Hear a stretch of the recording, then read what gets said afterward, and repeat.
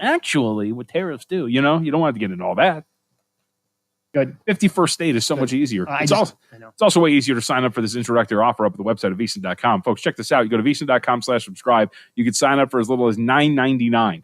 Get everything we have to offer, the daily best bets, exclusive betting splits. Our March Madness betting guide is going to be absolutely tremendous. That'll be out right before the NCAA tournament. So make sure you're ready to go for the NCAA tournament and baseball season.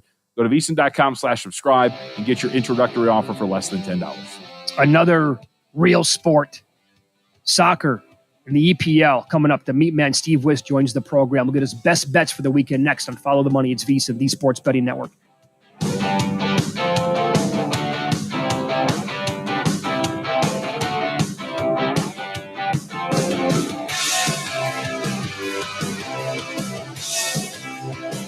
Joe Montana here. In my football days, I knew the importance of a strong defense. Now I'm sharing how you can help defend your health against pneumococcal pneumonia and invasive pneumococcal disease. Are you 50 or older like me? The CDC now recommends vaccination against pneumococcal. Progressive presents the Sports Flash on Western Reserve Radio. I'm John Thayer.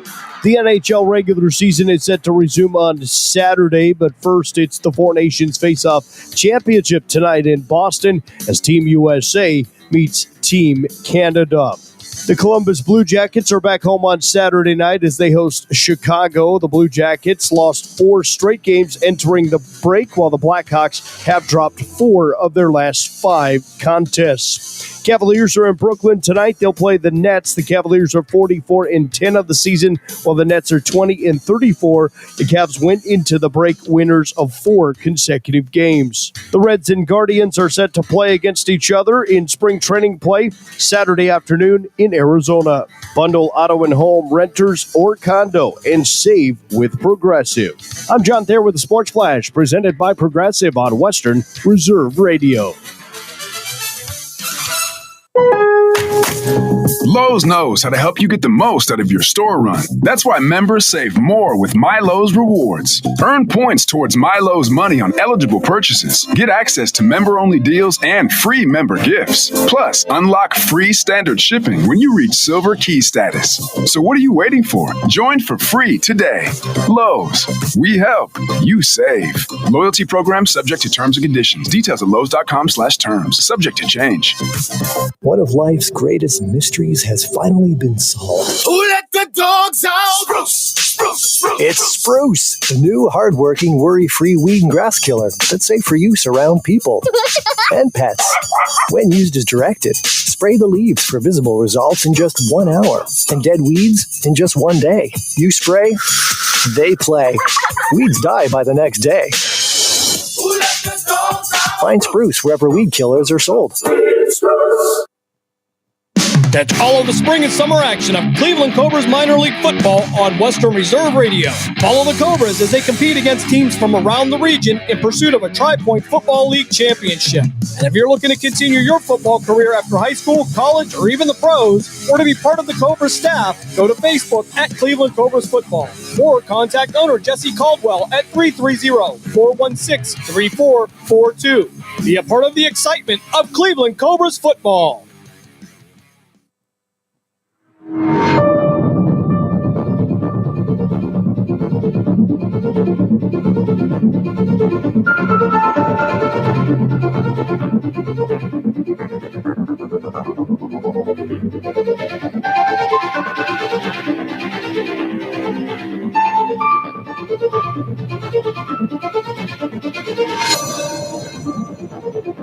The stations that always keep you in the zone. I love it. It's awesome. Western Reserve Radio, Western Reserve Radio 2, and City View Sportscast, Youngstown, Ohio. Progressive presents the Sports Flash on Western Reserve Radio. I'm John Thayer. Cavaliers are in Brooklyn tonight. They'll play the Nets. The Cavaliers are 44-10 of the season, while the Nets are 20-34. The Cavs went into the break winners of 4 consecutive games. The Reds and Guardians are set to play against each other in spring training play Saturday afternoon in Arizona. The NHL regular season is set to resume on Saturday, but first it's the Four Nations Face-Off Championship tonight in Boston as Team USA meets Team Canada. The Columbus Blue Jackets are back home on Saturday night as they host Chicago. The Blue Jackets lost 4 straight games entering the break, while the Blackhawks have dropped 4 of their last 5 contests. Bundle auto and home, renters, or condo, and save with Progressive. I'm John Thayer with the Sports Flash, presented by Progressive on Western Reserve Radio. Huge news. Right now at Wendy's, you can get a Son of Baconator for just $3. I don't think you understand this situation. The Son of Baconator is only $3 for a limited time. You know, smoked bacon, rich melted cheese. That Son of Baconator is only $3. Thank you to whoever wished upon that star. For bacon that just won't quit, gotta be Wendy's. U.S. price and participation may vary. Prices may be higher in Alaska and Hawaii, not valid on a combo or on third-party delivery platforms. When it comes to protecting my family's future, I want a life insurance company that's at the top of their game. That's why I got same-day coverage through Ethos. There was no paperwork, no waiting around, and no medical exam. I just answered a few health questions online, and Ethos set me up with a $3 million policy for about $2 a day. Go to tryethos.com and get it done today. That's TRYETHOS.com. TRYETHOS.com. Sample rates is a 10-year term life policy for 35-year-old healthy non-smoking male. Billed monthly. In the small town of Elmira, New York, a boy was born into an all-American family. The odds of him achieving his dream in the fashion industry? 1 in 23 million. The odds of having a child diagnosed with autism? 1 in 68. I am Tommy Hilfiger, and my family is affected by autism. Learn more at autismspeaks.org/signs. Brought to you by Autism Speaks and the Ad Council.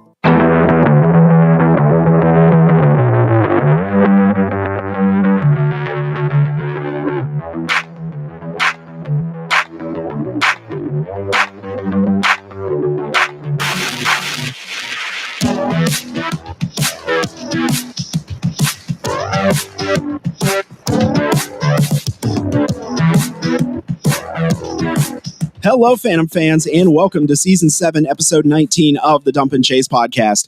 My name is Sam Olmstead, and joining me, as always, is Dan Conley and Justin Irwin.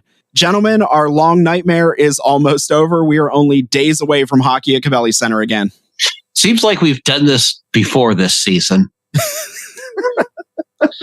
I got to wait one extra weekend, but I'm sure everyone else can be very happy to watch some hockey in Youngstown. Yeah, I mean, with all the 3-3 game weekends we got coming up, you know, I'm sure you're not missing everything here. No. So kicking off this episode, had some news around the league, and I know typically we like to make jokes about other teams in the league, and we will continue to do so. But there was some few newsworthy things I thought we could bring up here, because again, most of the time these intros were just killing time. Starting off, and again, this is something we joked about last week, but out in Cedar Rapids, Mark Carlson setting the USHL record for games coached, 1,477. Beyond all the joking and everything else, that's huge. Yeah, I mean, if you're a Cedar Rapids fan, that is one of those things that consistency, the man is a wealth of knowledge. So yes, Cedar Rapids has something that Omaha wishes they had. That's, like you said, consistency. It's like unbelievable. Yeah, I mean, I've heard a lot of players say, you know, around the league that when they were in Cedar Rapids, you know, Coach Carlson was very hard to play. When you get out of Cedar Rapids, players are always saying, you know, how much they respect him and how much they are glad to have played under him. So that's a lot of players after 1,477 games. Yeah. Wow. The Lincoln Stars had their 12-game win streak snapped on Saturday, losing to Sioux Falls 7-3. So congratulations to Aiden Wright there, coming off a 1-game suspension for a goalie fight. Yes. 12 games, that's great. Who holds the league record for apparently there's some arguments about that with some Western Conference teams. I'm not sure. USHL official records, I believe it's 17 games for Youngstown. Yeah. But, you know, they're whatever. Yeah. And then staying out west, like Dan just mentioned, Omaha now on coach number 4 this season. now adding Ron Fogarty to the bench, former Princeton head coach. Omaha this past weekend actually dropping 2 very close games to Fargo. Played pretty tight in those games, just couldn't pull it out. And I'm not going to lie, when I saw Ron Fogarty, my brain immediately went to John Fogarty. Absolutely. So when I read that news, I started humming CCR songs in my head. Unlike Omaha's last coach, this guy actually has some coaching pedigree and was a coach before he went to Omaha. So I coached at Princeton. So this past weekend with Phantoms playing in Chicago, we learned a lot this weekend we didn't know before. Learn. I think we've known some of this tacitly, but yeah. I mean, for starters, if you were watching this game without the audio, you were seeing the Phantoms play the Steel. If you were watching with the audio, you were watching the 97 Red Wings taking on the Charlestown Chiefs. Yep. Wow. Yeah, it was special. He was on one. We learned that Colson Hanrahan whines too much. Every single time there was a penalty, he was arguing with the referees about it. If only there was a reason why he talked to the referees after a penalty was called. I know. I mean, you'd think he was like the team captain or something. Oh, yeah. And part of that job description is discussing penalties with referees. I mean, yeah. And it's interesting that, the same people talking about this never really gave any consideration to Mark Johnstone from the Chicago Steel back the 2019. Yeah. Yeah. I mean, give him credit. He's done good with the Penguins, but I mean, if anybody remembers that, yeah. I mean, selective memory. I mean, maybe he thought, since he's so like animal driven, maybe he thought the C stood for camel or something like that. Well, the guy with the A on his jersey, which may stand for what? Anteater, albatross, aardvark. At one point was suggested that Mikey Burchell should have been given a 2-minute delay game penalty for arguing a penalty with a referee. Again, if only he had an A on his sweater. Yeah. That gives him carte blanche to do those kind of things. But hey, what do I know? Oh, the horror of the Phantoms and asking about penalties. The leadership group, I should say. And then it turns out, I don't know if you guys knew this or not. This was news to me. It turns out that if you play in a way to knock your opponent off their game, it's dirty and cheap. If you take the opposing team off of their game plan by playing a certain way, it's dirty and cheap. I did not know that. I mean, I learned so much this weekend. Yeah. I mean, especially, when you're a very heavily penalized team, but you take less penalties, it's weird. Thanks, Sam, for getting dirty deeds now stuck in my head. Without naming names, I just think there's certain people that have not let go of the fact that their team is not the league darlings anymore, has not been for a couple of years, and is not getting the preferential treatment they used to get. And apparently some people are struggling to come to terms with that. Yeah, he was exceptionally bad this weekend. Maybe someday, probably not. So I sprung this on you guys last week, so now it's Dan's turn. So Dan, take it away. All right, so it's not my time to try to get you guys to guess a Phantom player, random one. So I got one coming up here. I'll just give you a time frame. It's not that far into the past, but it's not right now. So. Evan Jardine. Damn it. No. All right. So here we go. First clue is Shane LaChance. We're docking $1 every time. He was originally a draft pick of Sioux Falls before he was acquired by the Phantoms. He came to us by way of Shelby Township, Michigan. He was coached by co-GM Jason Deskins during his time with Honey Bake. Oh, that narrows it down. Yeah, I said that on purpose. Shelby. He was a member of the Clark Cup winning Phantoms team. Last clue is he was traded to Lincoln in the summer after the Clark Cup. I should know this. Varner. That is it. Oh, thank you. Justin Varner. I miss him.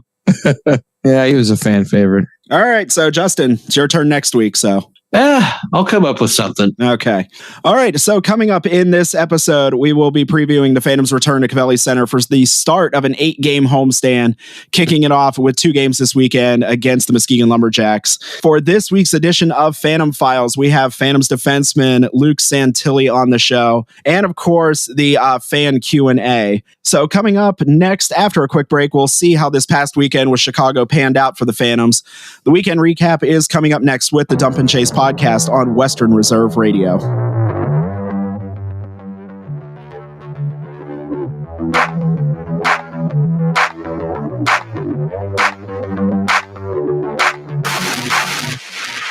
The Storks are bringing me a baby brother. We can do this together. All right, let's go. Storks know how to keep kids safe. Do you? Oh my gosh, you don't know. I know. You don't.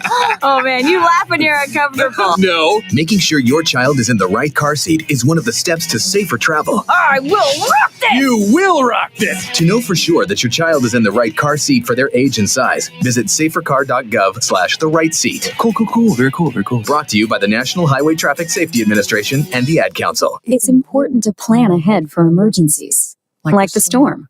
When it kicked in, we had a plan. We were able to get in touch with each other in no time. How to find each other. The whole experience was fine. The most frightening 10 hours of my life. If there's one piece of advice I'd offer other moms out there, it's to stay calm and keep to the plan. Some parents plan ahead, some don't. Make sure you know where to find your family in an emergency. Start your plan at ready.gov. Brought to you by FEMA and the Ad Council.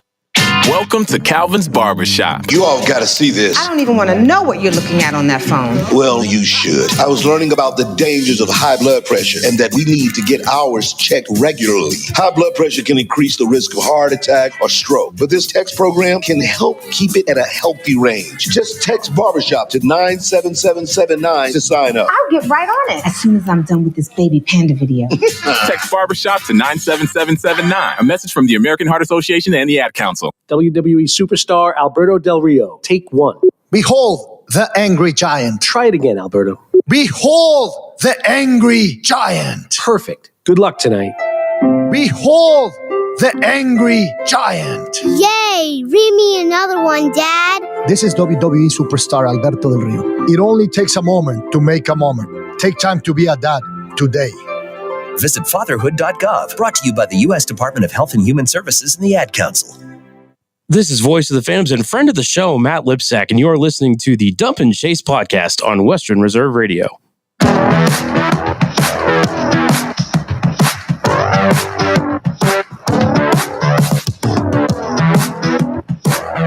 Welcome back to the Dump and Chase podcast on the home of the Youngstown Phantoms, Western Reserve Radio. So the Phantoms traveled out to Geneva, Illinois for 2 games with the Chicago Steel. So let's get into the recap.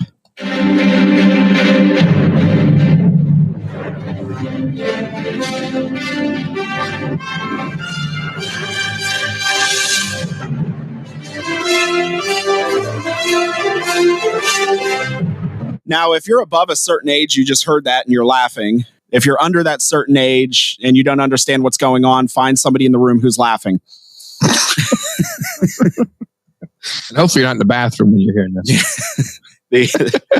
The younger generation definitely not going to get that joke. So yeah, Phantoms 2 games in Chicago. We'll start it off with the game on Saturday. Make sure I get this right. Phantoms, a 3-2 winner in overtime. And basically what would end up being the theme for the whole weekend is the Phantoms having to come back in these games to get it to extra time, because we had overtime on the Saturday game and the shootout in the Sunday game. So kicking it off in the first period, only 1 goal in the period, Chicago picking one up on the power play, going up 1-0. And that's how we would go to the second period. At the 2:48 mark of the second, Youngstown, Matty Budkowski picking up his second as a Phantom, tying the game at 1. About 3.5 minutes later at the 6:23 mark, Chicago would net 1, going up 2-1. And that's how we would go to the third period. At the 14:16 mark of the third period, Michael Messick picking up his 11th of the season, tying the game at 2. I'm going to stop right here and just say I feel like Michael Messick has been criminally underrated this season as far as players that people talk about. His contribution this season, I mean, he's a little over 30 points right now.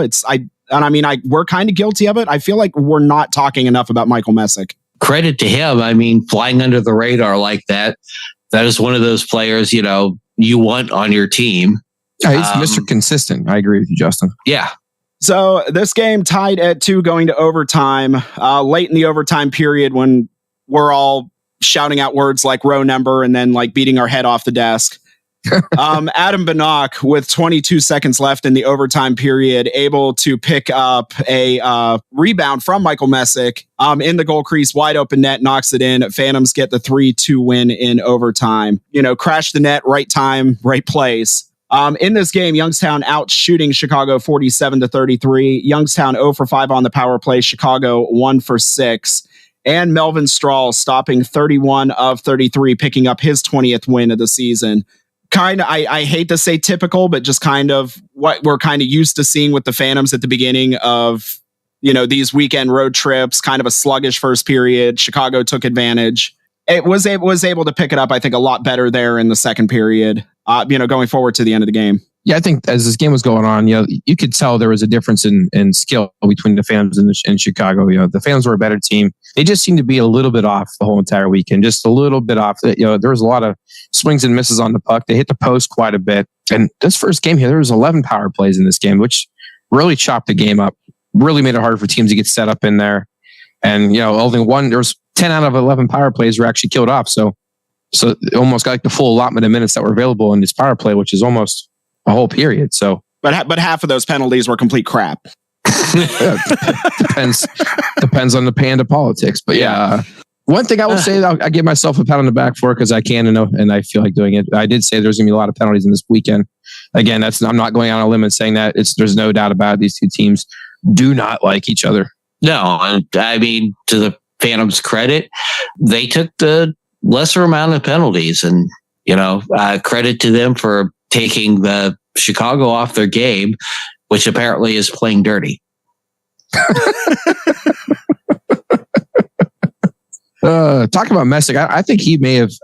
There's probably no stat anywhere for this, but how many times has he hit the post of the crossbar? He's hit it so many times, just from all over the ice too. He throws pucks at nets that just barely miss. I know he's got 11 goals on the year, but you could very easily add 5 more to that if the puck bounces a different way. That's what Phantoms had. Two off the post in that overtime. Chicago had 1. Mm-hmm.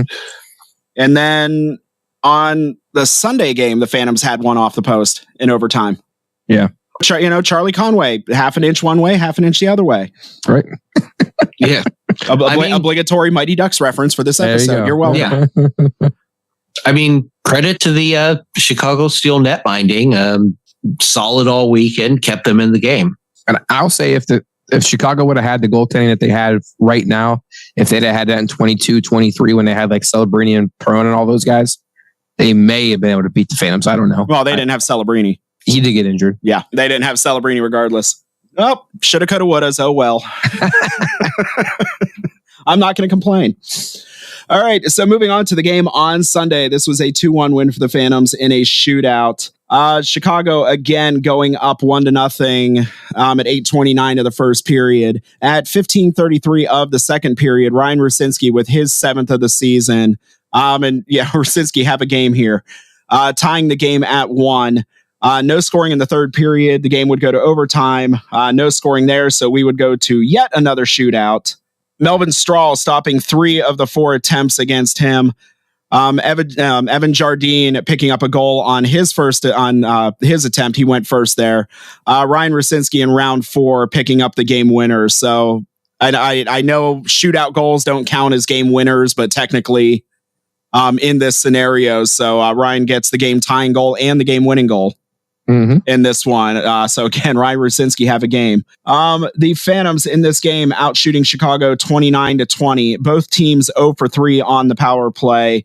And Melvin Strahl stopping 19 of 20, picking up his 21st win of the season. That also right now leads the USHL in wins by a goaltender. I feel like the Phantoms kind of tighten things up a little bit better in this game as compared to the Saturday game. I don't want to give a ton of credit to Chicago's defense in these games. I feel like a lot of things that happened were more self-inflicted by Youngstown than they were by stellar defense by Chicago. I mean, overall, the Chicago offense is pretty much what we thought it was going to be.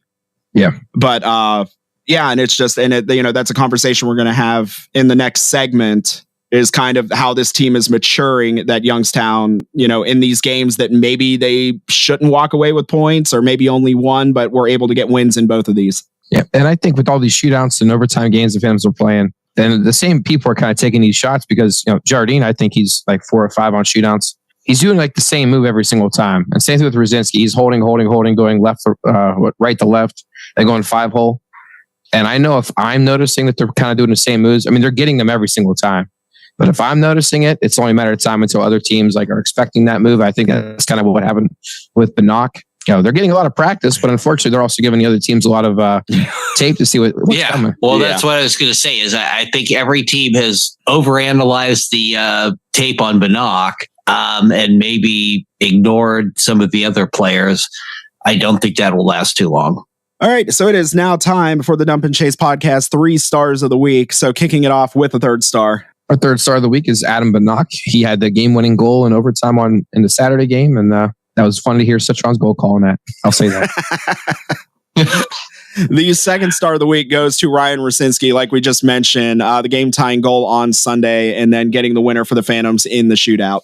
And the 1st star, Melvin Strahl, 2 wins, 1.39 goals against, 0.943 save percentage, and now leads the league in wins with 21. All right, so that will do it for 3 stars and the weekend recap. We're going to step aside for a short break. Phantom Files with defenseman Luke Santilli is coming up next with the Dump and Chase podcast on Western Reserve Radio.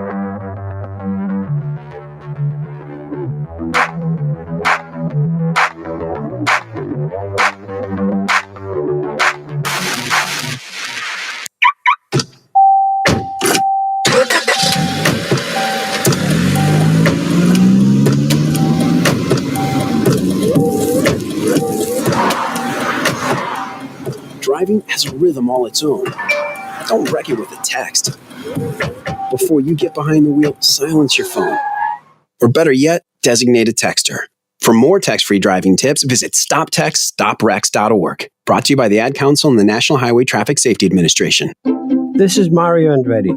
You know me as a race car driver, but I'm also a Meals on Wheels volunteer. I've raced against the sport's biggest personalities, but I've never met more vibrant, amazing people than the seniors served by Meals on Wheels.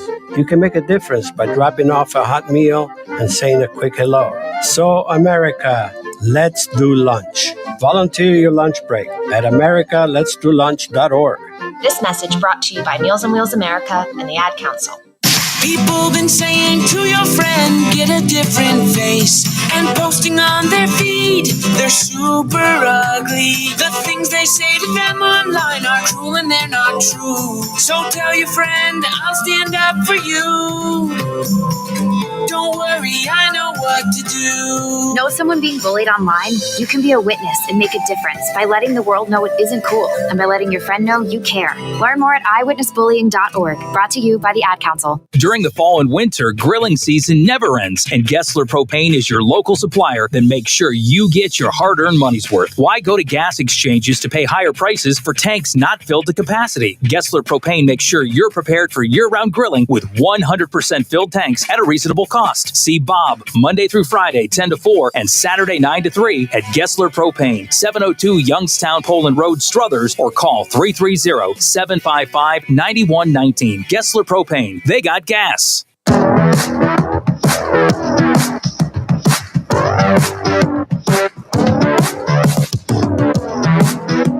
Welcome back to the Dump and Chase podcast on the home of Phantoms Hockey, Western Reserve Radio. So for this week's edition of Phantom Files, we welcome to the show a native of Reading, Massachusetts, who was drafted by the Phantoms in last summer's Phase 2 draft. He spent the last 2 seasons with the Cowichan Valley Capitals of the BCHL and is committed to St. Lawrence University, where he will join former Phantom Colin Wynn. And if opposing broadcasters are to be believed, he is a menace to society every time he is on the ice. Ladies and gentlemen, number 2, Luke Santilli. Luke, welcome to the show. Thank you for having me, guys. Now, I got to ask, are you, and I'm going somewhere with this, are you from Reading or North Reading? I'm from Reading. Reading? Okay. Yeah. crazy enough, I when I saw this, I knew the town because back when I was in middle school, we were all given a random town in the United States to do like a 1-page report on. And mine was on Reading, Massachusetts. And the only thing I can remember from this report is I learned like one of my favorite words in the English language, and that is Ipswich. Oh, no way. There really is not much of a point to it. It's just I really wanted to say Ipswich. The river going cutting right through the middle of Reading. So yeah. So any chance I get to say Ipswich, I'm going for 3 there. Yep. I don't want to say a rough weekend in Chicago. I think you guys played a little more extra hockey than you wanted to. Yeah. How are you feeling coming out of the weekend? It's always good to get 2 wins out of a weekend, especially when you're on the road. Obviously, kind of did a little bit more risky things than we would want to with 2 overtimes or 1 overtime in the shootout. Yeah, I mean, I think every team just kind of goes through a little bit of stumps sometimes, and sometimes that happens. You just kind of got to keep your head down and put your foot on the pedal and just kind of battle through. And I think that's the main thing we kind of took out of the weekend. We're just making sure we got 2 wins, especially with the game in hand this weekend. So, I mean, obviously we maybe didn't play our best game, but I think that they had 2 wins. What does that say about where the team is right now? That, like you said, maybe you don't play your best, but you're still coming out of it with 2 wins. Like, what does that say as far as where the team is at this point in the season? I think it just proves that we're kind of maturing as a group. We're figuring out how to win the game. Right? We might come out slow, come out sluggish, but we're able to figure out at the end of the day, like how to get the game done, how to get the wins. Especially games this time of year. I mean, as we get closer to April when playoffs start, I mean, these are the games, the weekends we got to win, get points in. So I think it just shows how much we've grown as a group. All right. So going back to the beginning, how did you get started with hockey? Yeah, like my dad grew up playing hockey. He grew up in a hockey family, and I was just kind of thrown into it at a wicked young age. I was 3 years old when I first started playing hockey, and obviously with my dad and his job and kind of being involved with hockey 24/7, just kind of fall in love with the game, and here we are today. Yeah, kind of building off your dad there. You talked about him. His name's Al. He used to be a scout for the Penguins. Now he's a director player personnel for the New Jersey Devils. Often you get to go in there and kind of peruse the hallways. So I've actually, when he was working in Pittsburgh, I actually never had been to Pittsburgh until the Fall Classic this year. Okay. Which is pretty ironic when you think about it. But I've been in a few locker rooms. I've been to like college locker rooms or like AHL rinks. But I've been to TD Garden a couple times. I've been like in the locker room area. And I've actually never been to a Prudential Center where the New Jersey Devils play. I've actually never been. But hoping to plan to get to a game maybe after the season or so. So growing up, you spent some time with the New Hampshire Junior Monarchs, the Islanders Hockey Club. And then 2 seasons ago, you went out west, out to Cowichan Valley. What was that move? I mean, that's a heck of a move for an East Coast kid, heading all the way out west like that. What was that like for you making that kind of move? I just think after I played my year in the NCDC, which was kind of like my first-ish taste of junior hockey, I was like, I need to advance myself here, because I just thought, looking for a college commitment, wanting to grow myself as a player, I need to get to a more serious league. And I didn't think that the North American League was probably the best for me, just because I'm already a bigger, kind of harder guy, and I didn't have a whole lot of skill. And obviously BCHL being more of a offensive thought league and kind of a skill-based league, I thought that'd be best for my game to develop. And I made a tough decision, and I was like, well, may as well do it. So I went out there to Vancouver Island and spent 2 years there. It was unbelievable. So going off that, I mean, you're drafted into the NCDC, USHL, the QMJHL. You had options. So why Youngstown? Why the USHL? USHL obviously just kind of a staple tier 1 junior league in the United States, especially even before the major junior ruling. Everyone wanted to play in the USHL. If you were American Care, even Canadian or anyone, it's the number 1 league for college advancement. And I got a phone call from Jeff Cox. I was at home. Draft was about a week away, and he said, have you been talking to any teams or this and that? And just said, we were going to pick you if you were there come draft day. And then draft day came, and I was there, and I got a call from Jeff Cox and eventually Deskins that they were going to pick me, and they picked me. And Sam talked about you go to St. Lawrence also with the former fan of Colin Wynn. You work out with him or train with him in the off season? So I do actually. He works at a goalie camp, stop at goaltending, and I'm a shooter there. So I would always shoot on winter, throughout the entire summer. And he's my age, kid from Mass. I grew up knowing him a little bit, and I've gone to know him a little bit more recently since I committed, and guess we'll be going in together as freshmen. But have you ever taken boxing lessons? I have. Yep, I took boxing lessons. I took boxing lessons. There's gym in a town over from me in Stone and Mass. I took it for 3 or so years. Kind of didn't really have enough time for it, but I will be going again over the summer. But yeah, I did when I was a little bit younger, about 10 to 12, 13-ish. I took boxing lessons. Really good. Yeah, we saw you in a bit of a scrap with a player from Des Moines here a couple weeks ago. It's one of the few times we've actually got to watch a goose egg on somebody's forehead grow as they're skating off the ice. So yeah, I was just kind of. It seemed like there may be some training there. We saw Colson this past weekend. I mean, are you guys kind of trading off tips or? I mean, it's kind of different, like the way he's going to fight compared to me, because like the height difference is just a little bit. I mean, he's about 5'11" or so, and I'm like 6'4". So like he's more of just like he's completely off the wall. He's crazy.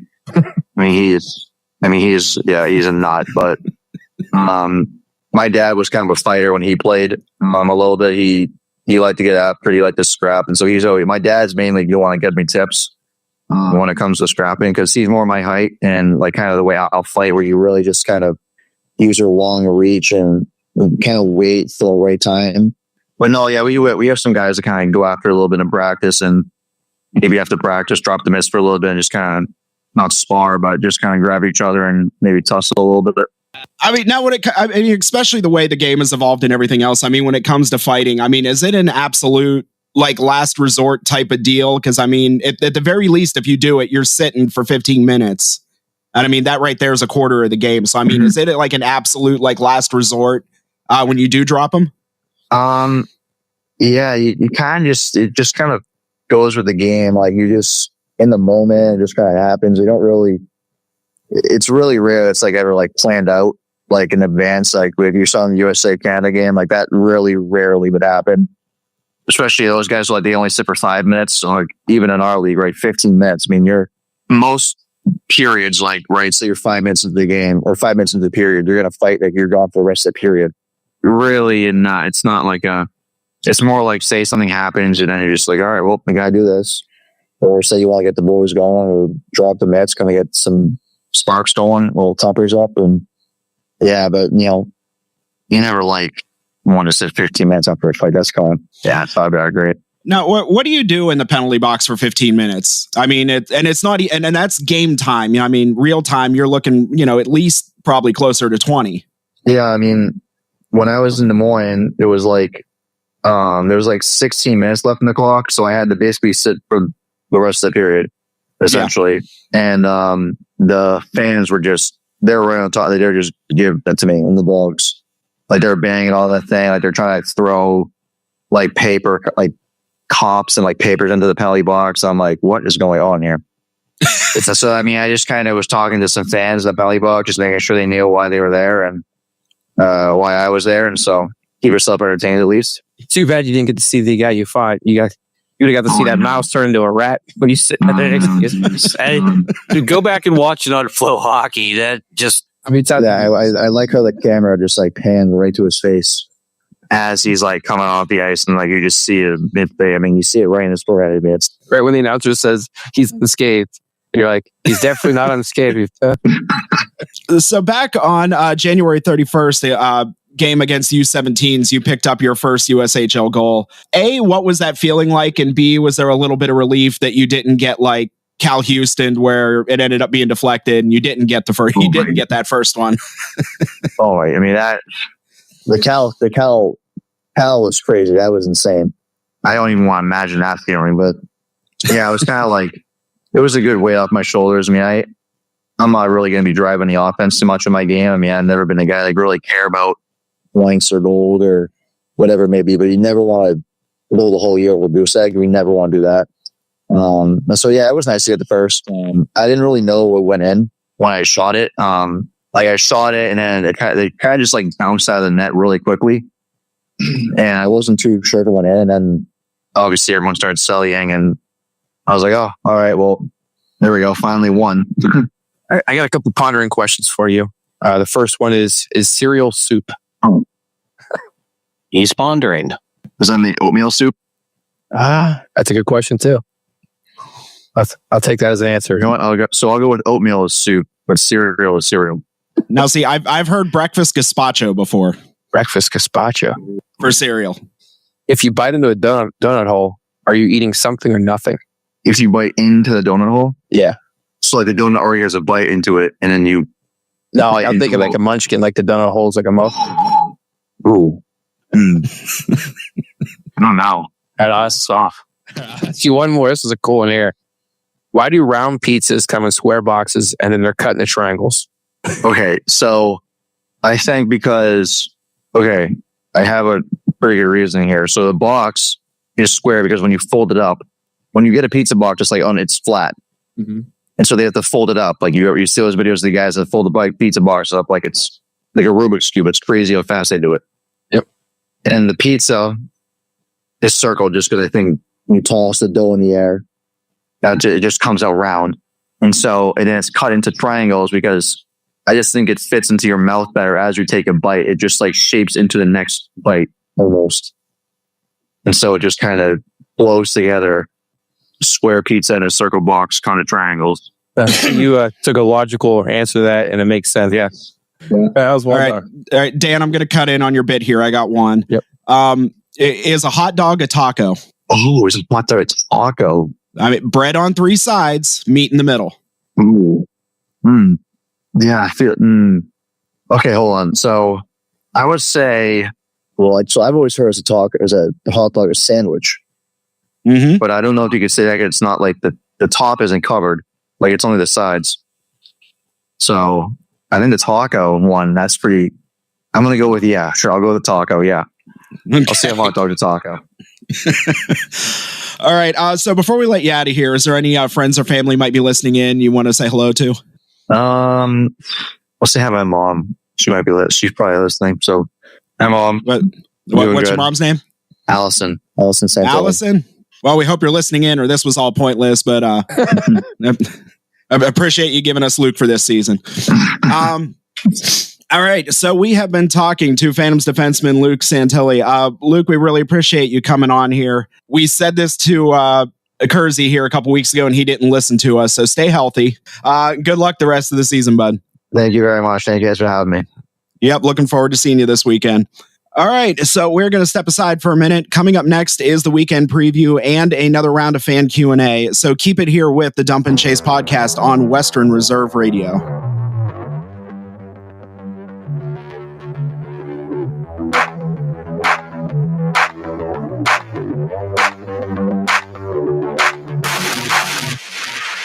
This is Voice of the Phantoms and friend of the show, Matt Lipsack, and you're listening to the Dump and Chase podcast on Western Reserve Radio. Hello, Kubo. What have you got planned for today? Come on, this way. Adventure can be found anywhere, but the best place to start is in the forest. It's the most powerful magic there is. Head outside to discover incredible animals. Wow. And beautiful plants that come together to create an unforgettable adventure. So grab your loved ones and explore a world of possibilities. Visit discovertheforest.org to find the closest forest or park to you. Brought to you by the Ad Council and the U.S. Forest Service. My teacher said that we should have a plan in case of an emergency. Do we have one? First thing I'm going to do is grab a flashlight with dead batteries. I'm going to start randomly throwing clothes in the bag. You two will be hiding in the closet and Dad won't be able to find you. And that's when we both start crying. Uncontrollably. Can you pass the cutlets? Winging it is not an emergency plan. Make sure your kids know what to do during an emergency, who to call, where to meet, what to pack. Search Ready Kids at nyc.gov or call 311. Brought to you by the New York City Office of Emergency Management and the Ad Council. Western Reserve Radio is the Valley's online source for sports talk and local live events. Tune in and be a part of their live weekly shows, as well as all of the hard-hitting action of Youngstown Phantoms hockey, high school football, and the GDFL. Find them at westernreserveradio.com. Tune in and the Live 365 app to be a part of the area's sports conversation. Be sure to visit them on Facebook at Western Reserve Radio and on Twitter at WR_radio. Nina's Pierogi House is your home for the area's best variety of pierogies. Daily specials include the Polish platter, the Hungarian platter, stuffed cabbage, and halushki. Having a last-minute get-together? Lena's has you covered with a wide variety of frozen take-home pierogies and dumplings. Go to Facebook at Lena's Pierogi House to see the weekly lineup of available flavors for dine-in or carry-out. Catch the best at Lena's Monday from 10 a.m. to 4 p.m. and Tuesday through Friday from 10 a.m. to 8 p.m. 20 North Main Street in Hubbard or call 234-254-8532. This is Voice of the Phantoms and friend of the show, Matt Lipsack, and you're listening to the Dump and Chase podcast on Western Reserve Radio.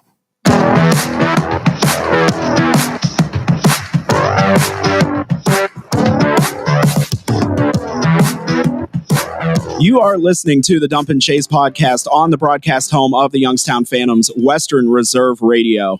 So this weekend, Friday and Saturday, the Phantoms finally returned to the Covelli Center for 2 games with the Muskegon Lumberjacks. Now, these games will be the final regular season meeting with Muskegon. And I think we've talked off mic about this a little bit. This is where we kind of get into the hairy point of the season because we're chasing teams like Dubuque and Muskegon. After this weekend, as far as those 2 teams are concerned, it is completely out of our hands. Yeah, we are dependent on what others do against these teams because after these 2 games with Muskegon, we're not playing either one of these teams anymore. And these are teams that we're chasing in the standings. That makes these 2 games, I think, even more, important on the schedule. Make sure you're there for them. Yeah. Yeah, right now, Youngstown trailing Muskegon by 4 points in the standings with a game in hand. So, yeah, this is you can make a little bit of hay, this weekend.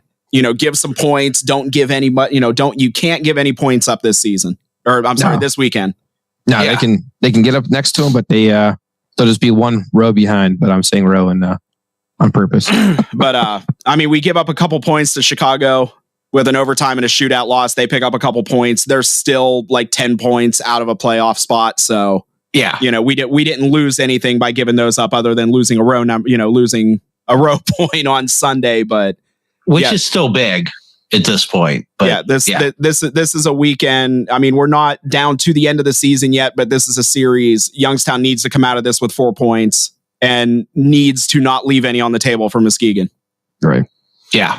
So Youngstown, so far this season, after we said all that, 3-4 against Muskegon in 7 games so far. Muskegon last weekend only playing 1 game, beating the U17s 5-4. So Muskegon coming into the weekend with a record of 26-11-7.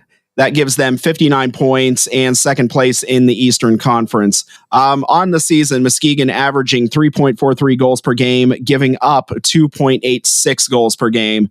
On special teams, the power play for Muskegon at 24.6%.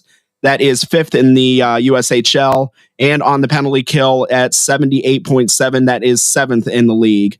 So by comparison, Youngstown coming into the weekend with a record of 27-15-1, giving them 55 points and 4th place in the Eastern Conference. Youngstown averaging 3.54 goals per game, giving up 3.05. On the power play, Youngstown 24.8%. That is 4th in the USHL. And the penalty kill at 77.8%. That is 9th in the league. So as far as looking at special teams, everything's pretty close and even there. There's really not one clear advantage from one to the other. Goals per game, goals against, everything's fairly even there. It's just going to come down to a matter of who gets to their game the quickest and who's able to sustain it this weekend. Yeah, I think it's going to be, those little details. Face-offs, obviously special teams are going to be important. Anybody who can get a slight advantage in special teams, I think, is going to win the weekend. I could see special teams maybe being more of an emphasis this as far as practice this week for the Phantoms, especially going 0 for 8, on the power play against Chicago. And those being games where you would think they should have had more success than they did. Chicago's penalty kill only at 74.1%, but was able to shut out Youngstown in that regard on the weekend. Yeah, if the Phantoms have 8 power plays against Muskegon and they come away with the 0, that's a recipe for disaster. These two teams are too closely skilled. It's not like Chicago where you can see there's a skill difference. Their top lines, last time I talked about Ivan Rabkin, who ended up not playing against the Phantoms. He's a very good player. The top 6 on Muskegon is very good. That's also saying that the bottom 6 on Muskegon, they're still good as well. I think top to bottom of the Phantoms, their top 6 forwards, I'm sorry, the top 4 lines of forwards are stacked. When anytime you have like Mikey Burchill as the extra skater, that just shows it's not because he's playing bad or anything. It's just this roster is loaded with talent. It's once they all figure it out and put it all together. I know we're coming to the end of the season, but they've been interjecting a lot of pieces here and there. Good things can happen, and I know for a fact. You saying this is the last time they play against each other. I know the players will be very happy because they are always beat up physically and mentally after playing Muskegon. And then you have to bring up the goaltender, Shika Butengatsiev. Yeah, having a great season in his own respect. It's has fared well against the Phantoms so far this season. I actually think Muskegon's been playing Peck just about 50-50 split with Shikaboo now as of late. They're both playing very well. I see that name and I just want to go Shiki baby. I do enjoy seeing him come on the ice because he does like a routine where he jumps up and down and does I don't want to say a fish coming up and out of water, but he's got that Eastern European flair. That's for sure. Was it Kolbakov that used to do the jump into the split? Yeah. As far as the Shiki baby thing, again, if you're of a certain age, you're laughing at that. If you're under a certain age, ask somebody who's laughing. The show is not meant definitely ask someone on that one. Yeah. All right. So the game on Friday, this is a 7:05 puck drop, and the game on Saturday, that is a 6:05 puck drop. Tickets are available for this game. You can call the Phantoms box office at 330-747-PUCK. That is 330-747-7825. If you cannot make it to the game, you can catch the video stream on Flow Sports or the audio stream on Western Reserve Radio with voice of the Phantoms and friend of the show, Matt Lipsack, on the call. All right, so at this point, 2 questions this week for fan Q&A. I'm very flattered by these questions. The questions are about the show. Yes. We haven't really got any of these yet, so I'm flattered by this. All right, so the first question, with over 180 episodes, this is episode 182, and countless hours of recording, when are we going to get a best of / bloopers show? I got a very easy answer for that for me.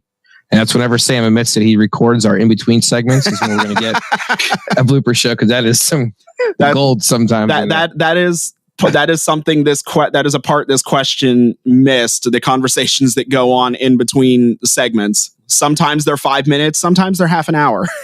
Talk about music for a half hour. Yeah. Which is great. Yeah. And then there's some conversations that will get us canceled. Yes. So I guess the short answer is, I think anything that is allowed on air actually gets cut into the show. Yeah. We did. It was a while back. We did we did like a best of show, and anybody who remembers that or wants to go back and listen to it, that was actually my wife narrating that episode instead of me. And yeah, she did a great job. It felt a tiny bit pretentious narrating your own best of episode, so I had my wife do the narrating for me. Honestly, I would say putting that wasn't the most fun thing I've ever done, picking out clips and putting that together. So I'm not sure if I'm going to do something like that again. A bloopers show. Honestly, if we have bloopers, you hear them. Mm-hmm. I kind of subscribe to the Conan O'Brien theory of, people like to see the seams. It's one thing to just, if this show, the version that you hear when everything's all done, if everything just moves along and flows along and there's no mistakes or little sidebars or anything else like that. To me, it's more interesting if you kind of hear those off moments or when things go, a little sideways or so. Yeah. Especially in the last couple of years, a lot of that stuff I just leave in anyways. Unfortunately for me and Dan. Yeah. I don't have like a folder of like bloopers that I save per se. Maybe just random sound effects from the guys like Justin. Yeah. Well, I mean, again, and then there's the stuff that would get us canceled.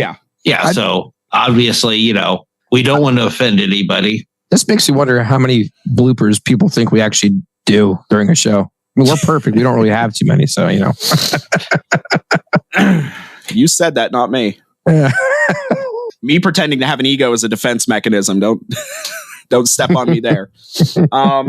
Most of it is us just not being able to speak. Yeah. Yeah. Words, English, hard sometimes. Yeah. Tongue trip. Yeah. As far as a best of show, I don't know. I've toyed with the idea in the past doing a Jacob Fowler episode where, we have interviews when Jacob first came to Youngstown, like that first season, and then like going through the Clark Cup year. I've kind of have thoughts about maybe doing like a summer thing, doing a Jacob Fowler omnibus, and you kind of see that progression from when he first came to Youngstown. Because we had quite a few interviews with him throughout that family. Yeah, and family throughout that stretch of time. So at some point here, I may throw together like a Jacob Fowler omnibus episode. But if I'm mathing correctly, we're going to be hitting episode 200. That's going to be coming around the time of somewhere in main camp with the main camp releases. I kind of have a few ideas of like what we could do for that 200th episode. Not going all grandiose like we did with the 100th. We did that for that one. I kind of have a few ideas, a little more low key, since we'd be looking around main camp time for when that 200th episode will hit. Assuming we make it to then, nothing's guaranteed. Again, some of the stuff that you don't hear. So question 2. I don't know. Do we still? Is Mad Dog still an intern? I think if she has to submit questions through the form. Yeah, she put her name on it, so that's good right there.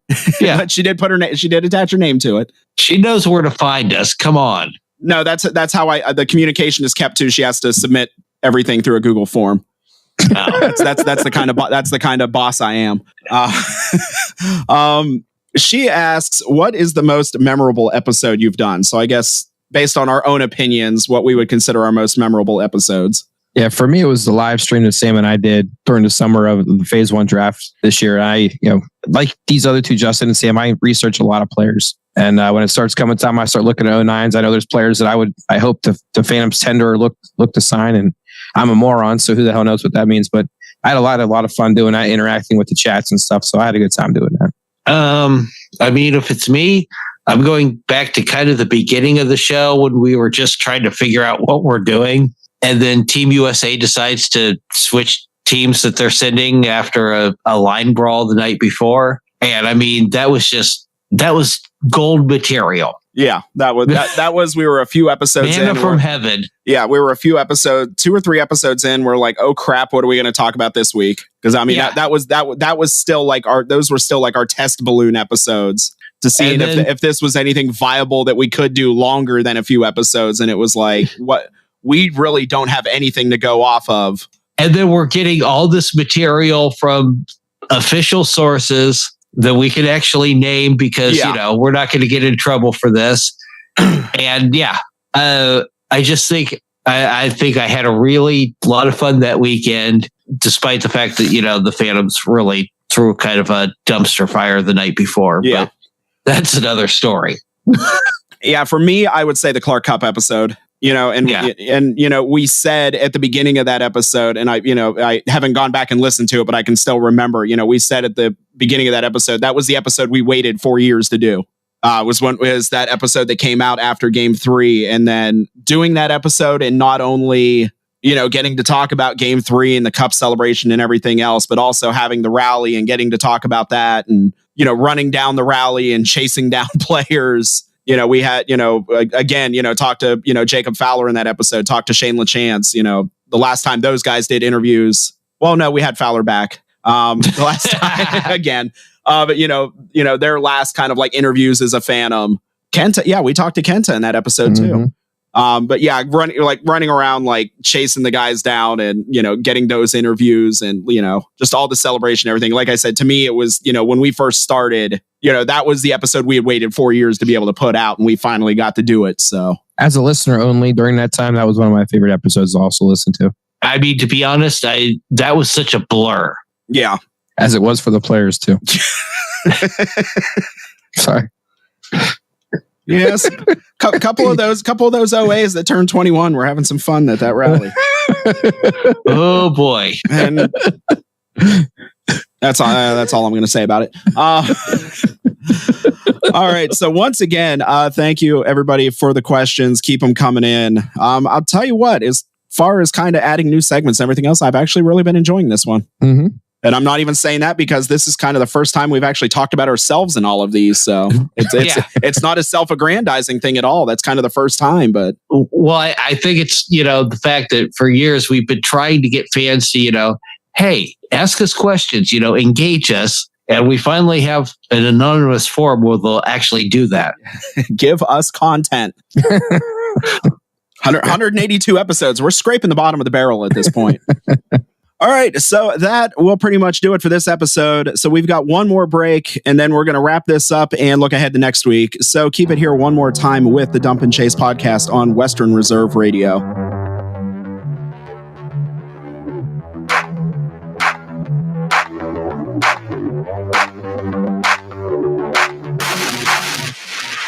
It may be hard to believe, but people just like you are already saving money. FeedThePig.org makes it easy. Their simple savings plan teaches you how to start saving without going overboard, so you don't need to start foraging wild berries. I was skeptical, but these are actually pretty good. You don't need to sell your soul to the devil. $15 is the best I can do. You just need FeedThePig.org. Don't get left behind. Get tips and tools at FeedThePig.org. Brought to you by the American Institute of CPAs and the Ad Council. Welcome to Calvin's Barbershop. You all got to see this. I don't even want to know what you're looking at on that phone. Well, you should. I was learning about the dangers of high blood pressure and that we need to get ours checked regularly. High blood pressure can increase the risk of heart attack or stroke, but this text program can help keep it at a healthy range. Just text Barbershop to 97779 to sign up. I'll get right on it as soon as I'm done with this baby panda video. Text Barbershop to 97779. A message from the American Heart Association and the Ad Council. Hey, let me ask you something. Would you seat your 3-year-old child on a windowsill? Would you seat them beside a lit fireplace or by the deep end of a pool?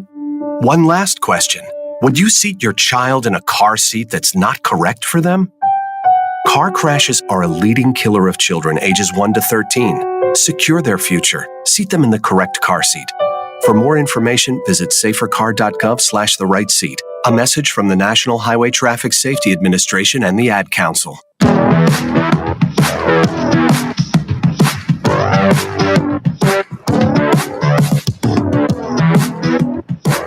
We're back, and that will do it for this edition of the Dump and Chase podcast. A big thanks to Phantoms defenseman Luke Santilli for coming on the show and hanging out with us this week. And a special thanks to all of you for tuning in, either for the first time or for a long time. So on next week's show, we will be recapping the Muskegon series, and we will be previewing the 3-game series coming up the next weekend with Green Bay, kicking it off with the school day game. So we got the next 2 episodes. We get to talk about the school day game. Looking forward to that. The before and the after. I was thinking about how vastly different our experience is as a fan as it would be for like if you're working for the Phantoms that day. That's gotta be a nightmare day to work. Exactly. I think the teachers. Yeah. Yeah. Being my wife is a teacher. I think of the teachers on these days. Yep. Because that's, I think, the classic definition of trying to herd cats. All right, so you can hear the show every Thursday at 5 p.m. on Western Reserve Radio through their various outlets and the Youngstown Phantoms Facebook page. You can catch the show in its podcast format on Apple, Spotify, or wherever it is you listen to your favorite podcasts. You can find us on social media on Instagram and Facebook. There we go. And don't forget to check out the official... Every week, the 3 weeks in a row, I've done this now. The official merch store of the podcast, that is dcpodshop.com. So to my co-host, Dan Conley and Justin Irwin, before we get out of here, any final words of wisdom? Words of wisdom for me? No, I just more so about the Saturday game. They got those special Youngstown State jerseys they have. They have the official logo on them. I haven't seen them yet, but I heard they're pretty sweet. I'm just saying, we're getting down to the stretch. I think, the home ice advantage needs to be emphasized here. Yeah. If you can get to the arena, get your ass in a seat. All right. So remember, hockey is a sport played on ice with sticks and a puck, and our podcast is a thing you just listen to. See ya. They want to hear bloopers, so they have no idea we were talking about baby metal and Japanese rock and 90s grunge and 90s Aerosmith, Backstreet Boys. And I definitely was not playing Bop during one of our breaks. To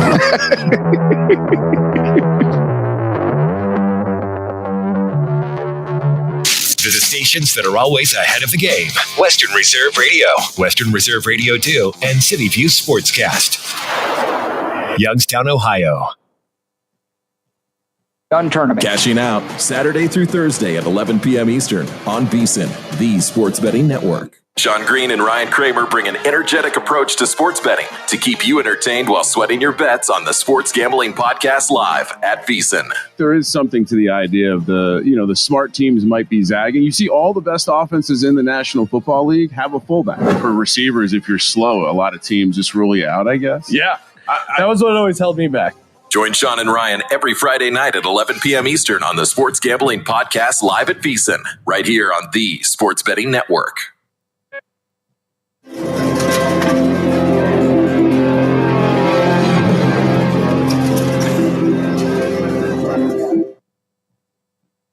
This is VSiN, the Sports Betting Network.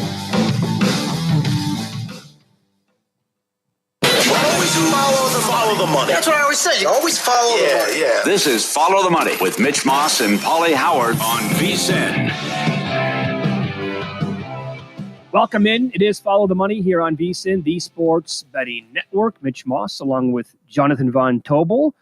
And we are live in downtown Las Vegas from the Circa Resort and Casino. The Four Nations title game coming up in about 2 hours. Busy day. That's a great event. We had some unfortunate news earlier today. Victor Wembanyama is going to miss the rest of the season. Blood clots in his right shoulder. And he was as high as, minus 2,500 to win the Defensive Player of the Year before yesterday. And Doug Gazarian joins the program now to talk about that and tonight's schedule. And he is on the Progressive Guest Line with OnlyPlayers.com and the Only Players app. Doug, good to talk to you again. How are you? Man, this NBA season's been pretty wild with the trade deadline. The Luka deal obviously will always resonate. And just when you think you're relaxed and then something like that happens today. Really big news for sure. I wonder if Woj misses this. No way. But I mean, this would have been the definition of Woj bombs going back the last 2 weeks. Sure. Wemby today and then the Luka trade, right? Shams now. I mean, I was going to say Shams is probably kicking his feet up. What a year for him to retire. This is great. I know. So, Doug, what was your reaction to Wemby missing all that time now the rest of the year in terms of that market? Yeah, well, the health scare, obviously, you shake. You hope he's okay, and they figured it out. And this is, we get so desensitized to all this. I always used to joke with Adrian Peterson, tears his ACL and then comes back and runs for a couple thousand yards. We forget what it takes to recover from serious setbacks. So that's first and foremost. But in terms of the market, I actually wrote a story coincidentally last night, just how unique this situation was. In the history of this award, there's never been a player who's won it that has missed the playoffs. The Spurs last night were plus 650 to make the playoffs. So clearly this was less than even odds. And then on top of it, over the last 2 decades, there's only been one player who's been on a team that ranked outside of the top 5 in defensive net rating, and San Antonio's 19th. Usually it's the head of the snake, kind of like last year, Rudy Gobert. Now, I'm not saying that the voters were aware of this and that there was value elsewhere, because I wish I obviously bet 30, 35 to 1 long shot. We're now favorites, but it did just show how unique that Wemby was, leading the league in blocks by a country mile. And now we have a market where voters really haven't thought much about it. It's not like they've been stressing over the last couple of months of who am I going to vote second and third in Defensive Player of the Year. I've actually texted with some guys in the NBA just casually because I was texting last night, not like is there value elsewhere, but just saying, isn't it crazy that the Defensive Player of the Year may miss the playoffs and the team may stink as a whole defensively? And their consensus is I haven't even thought of that about this. I need to recalibrate. So there might be huge opportunity here in this bizarre sort of cramming of voting down the stretch here. All right. I made a couple of bets today, right? I took some Jalen Williams at 60 to 1. I'm trying to corner the market on OKC players. I have Dort at a huge number. I have SGA at 200 and 300 to 1. Will they go best player on the best defensive team, or will those three players kind of cancel each other out? Where did you gravitate? So I'm on Giannis at 150 to 1. I think he needs to get the minimum games played, and that could be close. But there's a chance if they make a run and he's a beast defensively, some sort of cannibalization that you mentioned, but Mobley may not get it if some of their guys. It's wide open. So I like what you did with the Thunder because they obviously have the number 1 rated defense. If Jared Allen comes back, Mobley's not as dominant. Voter fatigue is not really an issue with this award. I mean, we've seen Gobert win it 4 times. We've had multiple award winners in the past. So Jaren Jackson Jr. wouldn't be a shocker, but I mean, they have the 9th rated defense. So Dyson Daniels, I think, is live just because he has an easy stat sort of like campaign with, right? He leads the league in steals by easily. So that's like an easy vote, but he's young and he's not a household name. And Atlanta may miss the playoffs and they kind of stink defensively. So I think it could go a myriad of ways. So I'm just intrigued. But I also don't want to just fire all these long shots where these voters may be just predictable and just vote Jackson because why not? So I agree with that. Like we just talked about this yesterday, where we're going to go through all of these statistical breakdowns, Doug, of why player X deserves award Y. And at the end of the day, they're going to go with the most obvious name. For me, though, I thought the simpleton voters would just gravitate toward Evan Mobley. You don't have a player that's going to win an award on that team. That is a team that could have the most wins in the regular season. And a lot of these voters could look at this and go, well, we need to give one of them something outside of Kenny Atkinson, and this is going to be one of the better defenses in the NBA. Let's give this thing to Mobley. And I'm actually kind of surprised. I understand to a certain extent the market making Jackson the odds-on favorite. I actually thought it might have been Mobley when the smoke cleared. Well, Mobley, I believe, was the second favorite last night. I got to go make sure. But, Mobley was the second favorite last night at 30 to 1, and then Jackson was 35 to 1. Not that that's a huge gauge because no one's really paying attention when you have a minus 2,600 favorite. Just something to keep in mind with these awards and all of this stuff.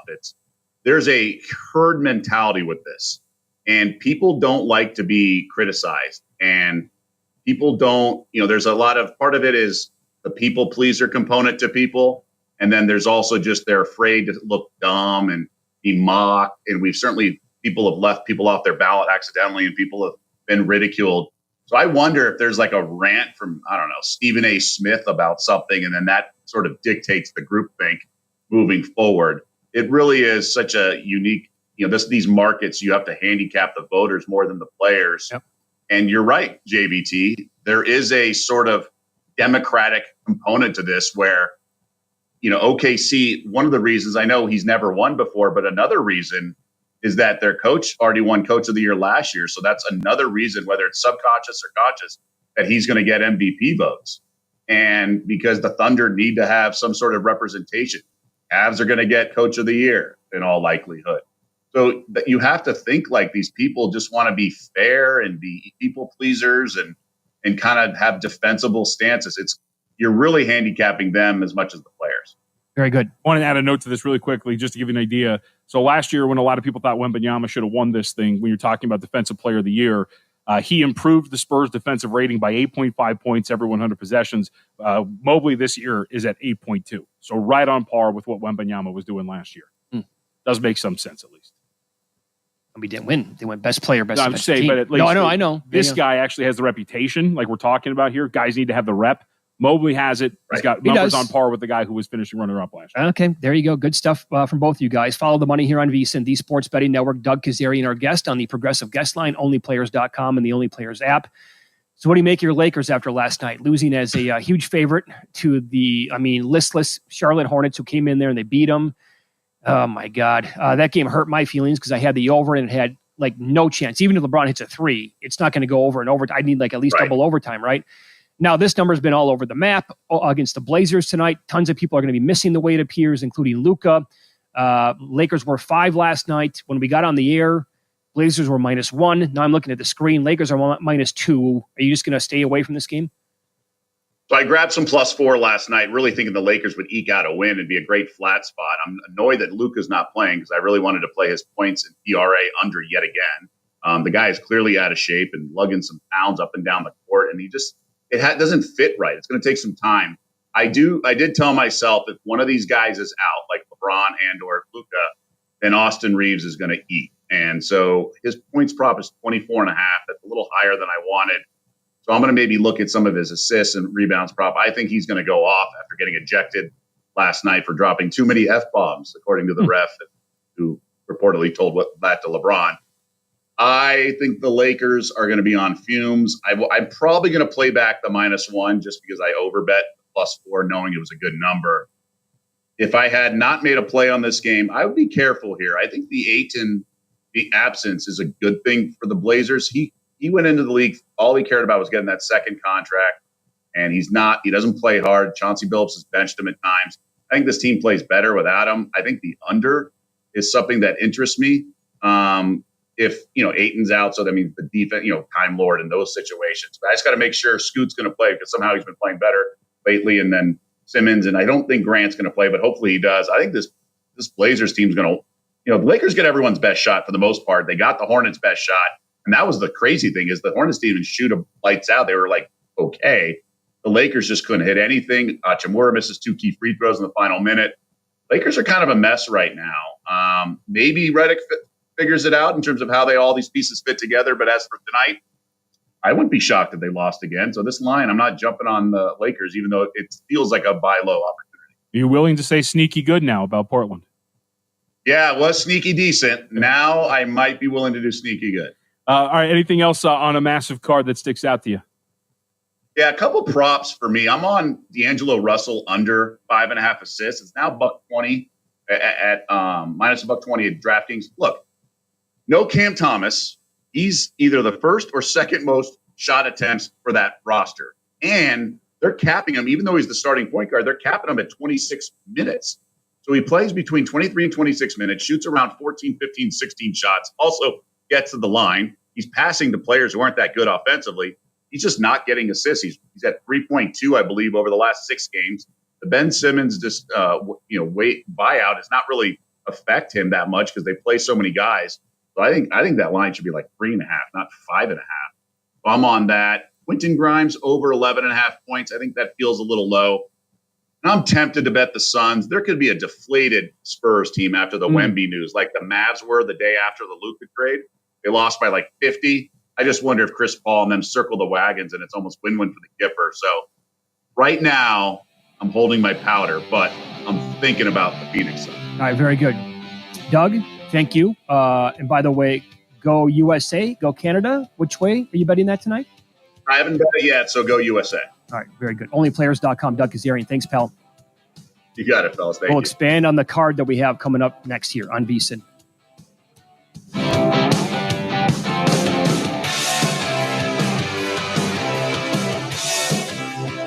With the Bloomberg Business of Sports Report, I'm Charlie Pellett, brought to you by Dell.com. Sources tell Bloomberg the San Francisco 49ers are exploring selling a 10% stake at a valuation of more than $9 billion, potentially making it one of the world's most expensive sports teams. Those sources say it's unclear if the 49ers will choose to seek a private equity firm to buy the stake or other investors such as a wealthy individual or family. Manchester United, one of England's most successful football clubs, is reporting another quarterly loss, highlighting the challenges it faces from costly player trading and poor performance on the pitch. Joe Buck will be calling his first nationally televised baseball game since 2021. On opening day, Buck will be in the booth for ESPN when the Yankees host the Brewers on March 27th. With the Bloomberg Business of Sports Report, I'm Charlie Pellett. Oh no, stomach issues again? Stomach issues? Who are you? Your pancreas. I could be the real reason for your diarrhea, gas, bloating, stomach pain, or loose oily stools. I thought it was my stomach. People often do, but any of these symptoms could mean having a condition. Catch all of the spring and summer action of Cleveland Cobras minor league football on Western Reserve Radio. Follow the Cobras as they compete against teams from around the region in pursuit of a Tri-Point Football League championship. And if you're looking to continue your football career after high school, college, or even the pros, or to be part of the Cobras staff, go to Facebook at Cleveland Cobras Football or contact owner Jesse Caldwell at 330-416-3442. Be a part of the excitement of Cleveland Cobras football. In the small town of Elmira, New York, a boy was born into an all-American family. The odds of him achieving his dream in the fashion industry? 1 in 23 million. The odds of having a child diagnosed with autism? 1 in 68. I am Tommy Hilfiger, and my family is affected by autism. Learn more at autismspeaks.org/signs. Brought to you by Autism Speaks and the Ad Council. Your home for PAFL football is the iMedia One Network, Western Reserve Radio, Western Reserve Radio 2, and City View Sportscast, Youngstown, Ohio. Network.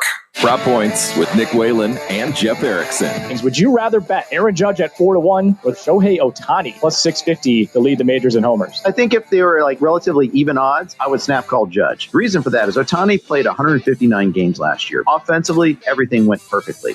I think with him introducing pitching back, he's going to miss some time here. I don't think he's going to be the everyday force that we saw last year.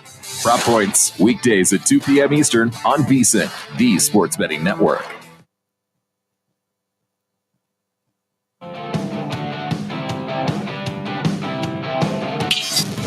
This is Follow the Money on VSiN. Who needs the NFL, right? I mean, today's show absolutely loaded. I would agree with that. I mean, the Wembanyama news, massive. It also tells you, like, there's really no slow day in sports. I think it only comes down to, like, with mainstream radio, this really pissed me off for a long time, right? They were just lazy. A lot of radio hosts had to have the NFL to talk about, otherwise they had no clue what was going to be on the show that day. So this ties into my theory. I've said this a couple of times now. So the last few days I've been asked about, like, what would you do about the All-Star game, right? What do you need to do to fix it? By the way, the people who are mad about that, you don't care anyway. So why are you so pissed off? That's number one. Knock it off. I have never seen so many people who in one breath claim that they don't watch the NBA anymore. Exactly right. Also state how terrible the All-Star game was over the weekend. Yep. But it also ties into my theory, which is you as media members don't have anything to talk about post Super Bowl. So you have to complain about the All-Star game because that's the easy thing to do. Oh, there you go. Yeah. Because I will note, Mitch, if you notice the Monday of the Super Bowl week leading up to Super Bowl Sunday, did anybody talk about the flag football game that was NFL Pro Bowl? No, they didn't. Did we have giant think pieces about whether or not we had to fix the NFL Pro Bowl? I didn't think so. No. And the Four Nations face-off has been great. It's tremendous.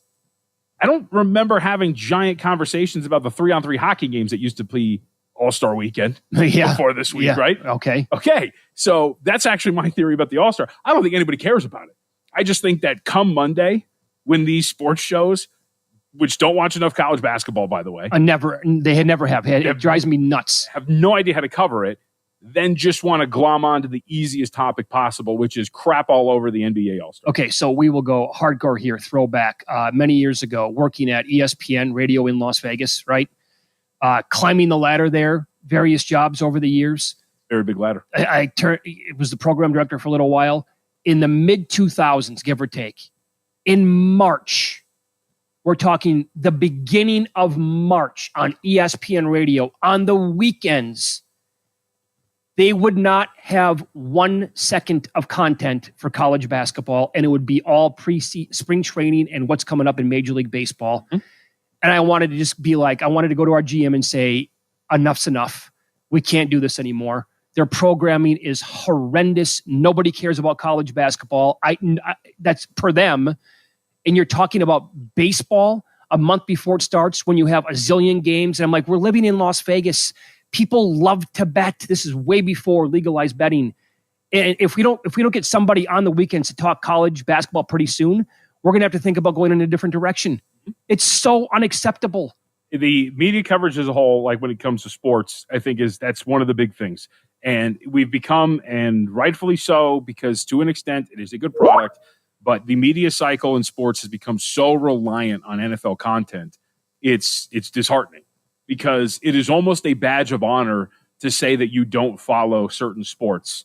Anybody can talk about the NFL. Anybody can follow the National Football League. Yes. And I think it speaks to, again, some of these topics that we have to constantly bring up and do. And I think it's kind of annoying. Look, you could have problems with the All-Star game. I thought the NBA messed it up.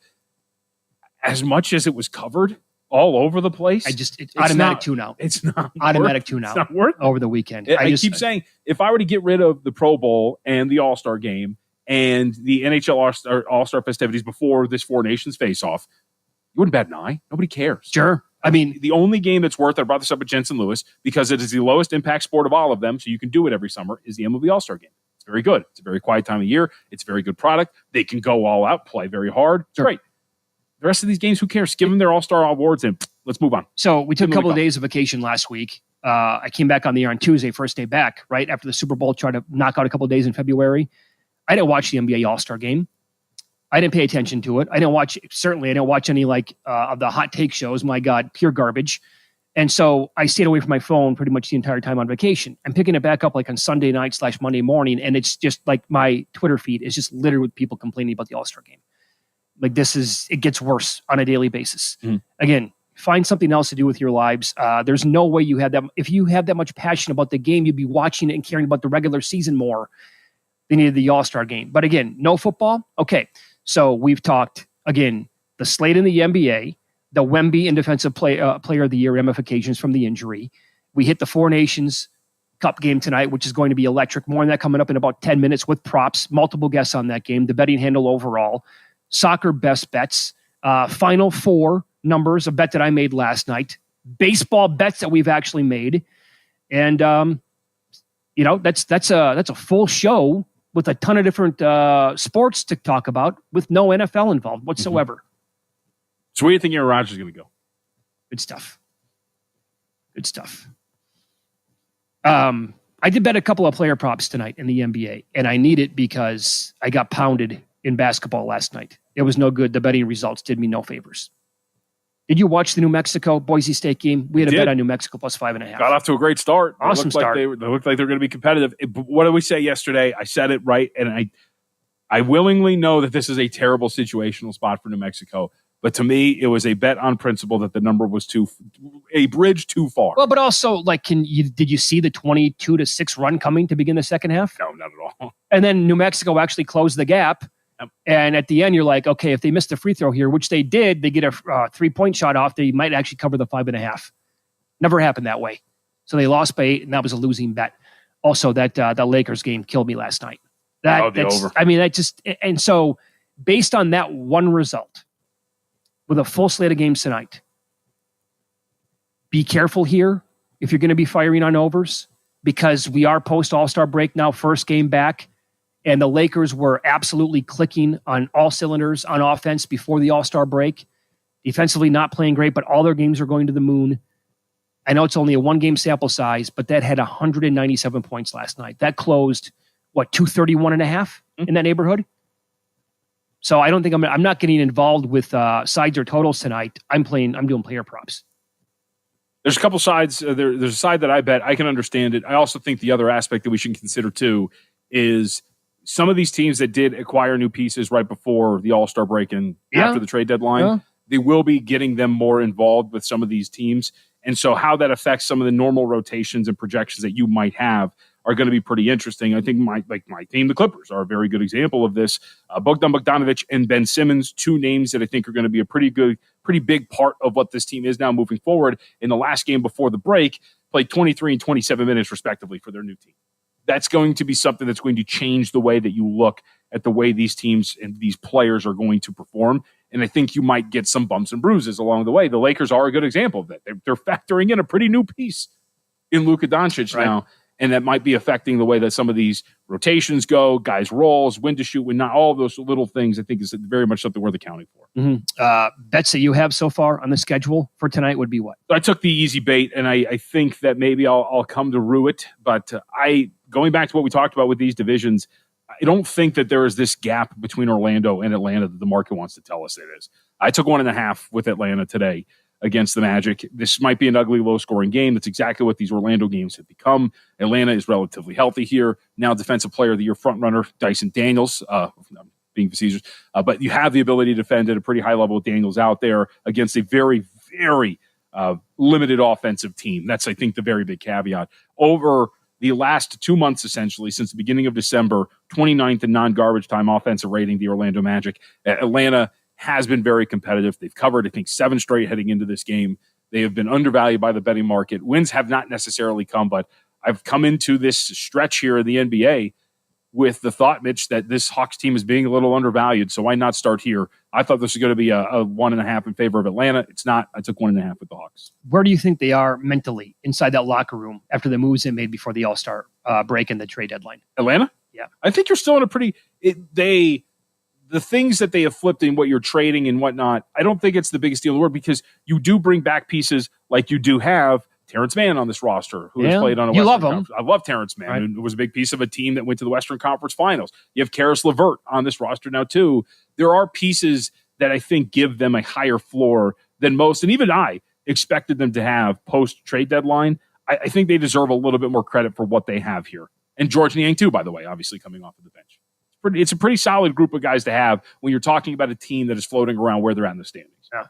So I'll get to my player props coming up in pocket. That's at 3:45 Pacific time, 6:45 on the East Coast. I do have a same game parlay tonight, by the way, which people love getting involved in.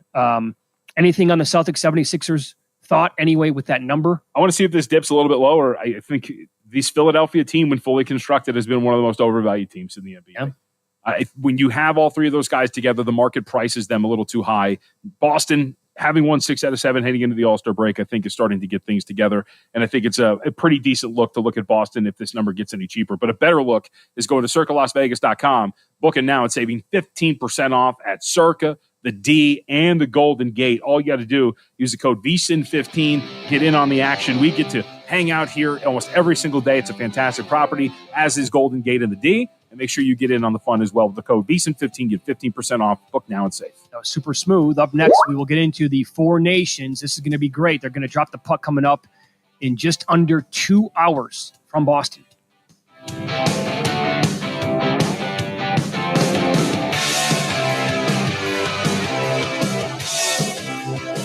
This is the story of the one who, as a maintenance specialist for a historic high-rise, knows that vintage charm historically needs constant attention. Which is why, when it's time to upgrade turn-of-the-century mechanicals, they turn to Grainger. With easy access to 1 million+ products and the scale to... Most of my family, they never graduated high school, so I'm trying to break that barrier. My daughter, Brooklyn, was also a motivation for me to go back to school. Every day after work, went straight to school, and it paid off. At age 26, Kareem finished his high school diploma. I could not have done it alone. I see the future is really bright for me. No one gets a diploma alone. If you're thinking of finishing your high school diploma, you have help. Find free adult education classes near you at finishyourdiploma.org. Brought to you by the Dollar General Literacy Foundation and the Ad Council. So I'm a cat, and I just moved in with this new human, and she's got this little toy she's always playing with, all day long. Tap, tap, tap, tap, bloop, bloop. She can't put it down. There it is. Oh, and get this. She even talks to it. Last week, she asked it for Chinese, and guess what? Egg rolls showed up. Like magic. Humans have cool toys. A person is the best thing to happen to a shelter pet. Be that person. Adopt. Brought to you by the Ad Council and the ShelterPetProject.org. What if I told you that a tornado was going to happen tomorrow, right where you live? That it would touch down at exactly 3:17 p.m., and I told you the exact path it would take. You would, of course, prepare. You would talk with your loved ones, and you'd make a plan today. It's true, I can't tell you a tornado will strike tomorrow, but shouldn't you have a plan anyway? Go to ready.gov/communicate and make your emergency plan today. Don't wait. Communicate. Brought to you by FEMA and the Ad Council. I spend a lot of time in the backyard, and I'm the center of attention at summer barbecues. In '96, I made some of the tastiest s'mores. And in '09, it was me, your backyard fire pit, that accidentally started a wildfire when a summer breeze carried one of my embers into some dry brush. Spark a change, not a wildfire. Visit SmokeyBear.com. Brought to you by the U.S. Forest Service, your state forester, and the Ad Council. Only you can prevent wildfires. My name is Lola Silvestri, and I'm going to be 95 this year. I was very independent. I fell, and I had to have Meals on Wheels. America, let's do lunch. 1 in 6 seniors faces the threat of hunger, and millions more live in isolation. Drop off a hot meal and say a quick hello. Volunteer for Meals on Wheels by donating your lunch break at americaletsdolunch.org. This message brought to you by Meals on Wheels America and the Ad Council. Hey everyone, let's all stop what we're doing and take a moment. You see, every moment can be kind of special. But they could be loud moments, goofy moments, dorky moments, it doesn't matter. Because every time dads like us take a moment like that to spend with our kids, well, it's pretty momentous.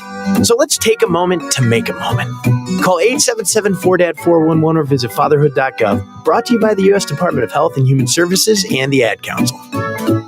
You're listening to Western Reserve Radio at westernreserveradio.com on the Live 365 network and the Live 365 app.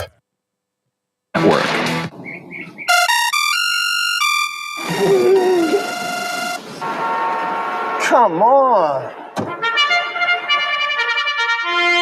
I want sales reports on my desk by Monday. Whoops. My bad. Love racing? RTN brings you every live simulcast on your home television, plus live video streaming and race replays on your PC and mobile devices. To order, visit rtn.tv. RTN, a breed apart.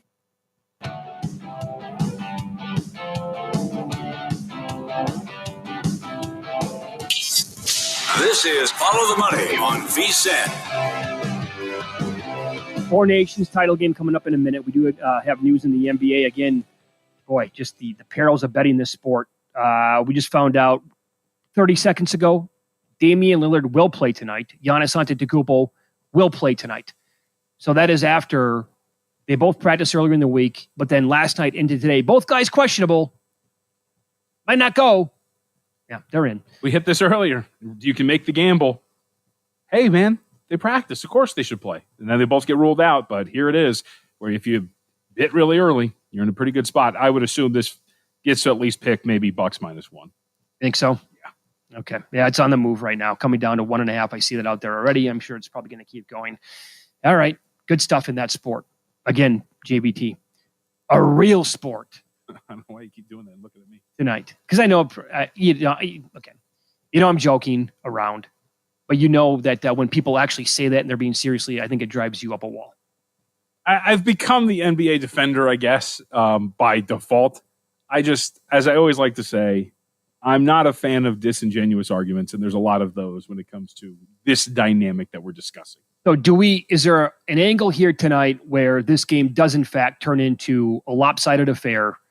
Because the steam on the under is now, we're talking about like -135 neighborhood. With the total, we'll call it between 125 and 135 from browsing different books here. Is too much juice to go on it? Like, does it get to, is 4-2, 5-1? Is that in the cards tonight at all? I think there's a case you can make that it is. If we're right in the analysis around what we've seen from Canada, which is goaltending has been very shaky, that you as a team have not been able to play your game because you're so focused on getting back because you don't trust the guy that's between the pipes. That sets up pretty nicely for what I would believe to be probably a lopsided USA victory. Maybe it still stays under, but if the goaltending is as bad as it is and you're forced to do it, and then all of a sudden, if you are trailing, then you as a team are opening this up. Then at some point you're going, okay, we've got to get this thing done. Who cares about getting back? We've got to pressure. We've got to maybe give up some high danger chances the other way if we're going to be able to come back and fight from a deficit. I do wonder if that gets to that point, if it is lopsided, it's similar to what we talked about with the Super Bowl, where if you kept asking people, hey, if this is a blowout, who is it? And almost every single answer likely was Philadelphia, rightfully so. Maybe that is the case here if, and again, I'm not pretending to know that I know enough about the nuances of these two teams, but just reading all of the analysis and taking it in, it would seem that if there is a lopsided victory, it would be in favor of Team USA. Yeah. So I don't think I'm going to play under 5.5. I've gone back and forth on that. I just don't know if I want to lay like in that neighborhood of 130 on it again. The first period under kind of intrigues me. But again, like every game so far has gone over. What in the first period? Jonathan Davis had this today in his write-up at vsin.com, and every game's had a goal in the first 10. But again, this is like the title game tonight, so this completely changes potentially here, where it is more defensive-minded and shots on goal are not going to be happening as often as we might, hope for, or it doesn't turn into a shootout. I kind of like the idea of playing exact score markets, like 2-1 both sides. 1-0 would be just to me, that would be, if you told me right now this game was going to be a 1-0 score, I'd say sign me up 100 times. Because there's nothing better than like that, right? Playoff hockey, for example, when it's tight, goes to overtime, low scoring, and the first goal might win it, to me is like as good as it gets. Mm-hmm. So if it was like, but I don't know if I can bet that. And then tomorrow we'll come back on the air and, hey, it's 1-0 USA, and I never bet it. I'm like, that's smart. Way to go, Mitch. Nice job. I also do wonder, I thought Davis brought up a great point, and these are all up on the website of visa.com in his article. The absence of Charlie McAvoy and what that means for Team USA. To me, it was an eye-opening stat to hear that he had his hits in this matchup against Canada on Saturday was the equivalent of the rest of the blue line for Team USA. He had 5 of them. It's a pretty jarring statistic, and if that's not going to be there, that lack of physicality, again impacting the way this game might get played, it seems if it's less physical, that is more in favor of Canada, and thus maybe a little bit more of an open game. All right, so we will give you more of a betting perspective here on this game tonight, USA and Canada. The puck is going to drop a little bit after 8 o'clock Eastern time tonight in Boston. It's a pick'em. Again, the total is 5.5. I think the ratings for this game tonight, it's going to be huge, specifically for the NHL, which they would take something like this in a heartbeat. Mike Palm, VP of this great resort, frequent host and guest on this network, popped by. He loves the NHL, and we got into a conversation and asked him about like the betting popularity of this event tonight. Everybody seems to be jacked up for this game. Are bettors jacked up as well? Are you seeing a lot of handle on this game, a lot of sharp money coming in? Yeah, I'm going to be interested to see how much we write on this game compared to Saturday night, which is tremendous, right? Because we wrote 6 figures on Saturday. Can we write 6 figures tonight? We'll see. Again, Saturday versus Thursday, but most of the betting's on the app anymore these days. Sure. At least people that are betting on a daily basis. So I thought our goal was to try to get to 200,000 and right tonight. We'll see. When you count the end game, maybe if it's a compelling game, we don't offer the live all the way through, but we'll offer after the first period, after the second period. So what's the action been like in terms of the side? Because when you and I were together on Monday, you guys opened -113, and the initial move was the Team USA, but I think you're down to pick now, right? Pick 105 each way, but you weren't going to find a 10-cent split in the market. Because, hockey now is like a 24 is the standard split on hockey. It's not even a 20-cent split. Yep. But I know it's near and dear to Jeff's heart, Jeff Davis. Basically, he's our number 2 guy here at Circa behind Chris Bennett, but it could really be 1 and 1A, right? With the amount of responsibilities they have. And Jeff does all of our hockey, all of our college baseball, and a lot of our golf. So we really trust Jeff Davis with the sharp number. And we want to be a hockey place. I mean, we're in Chicago. At some point, that team will get better and the games will be on TV. So, that will help us. We're in Colorado. The Avalanche are a huge draw for bettors. Okay, good. In Colorado. And we're in Kentucky, but we're 30 minutes from Nashville, right? So, I mean, that team with the Predators there as well. So we're in the hockey markets, of course, with the Golden Knights here. So we want to try to really build up our hockey base here and try to that be one of our featured sports along with golf. So you brought up Jeff Davis, again, the man in charge here of the NHL numbers at Circa. He told me last night that he was hoping that we would get this matchup back in November. He bought tickets to go back. He's from Massachusetts, so he's back there now to see some family and go to this game. He told me that it has the potential to be the best live sporting event that he will ever attend. He loves hockey. It's his number 1 sport. Yeah. His top 3, for what it's worth, he told me the first ever Cup game in Las Vegas, the Cup winning game, which was just electric out here, and then he went to a Game 7 Bruins-Canadiens back in 1994. Ooh. We went to a Game 7 against the Wild, and it was a second round or first round series. Yeah. I went to every Knights home game their first year until the final. I didn't go to either one of the finals, but I went to every game in all the series up to that point. It was really exhilarating.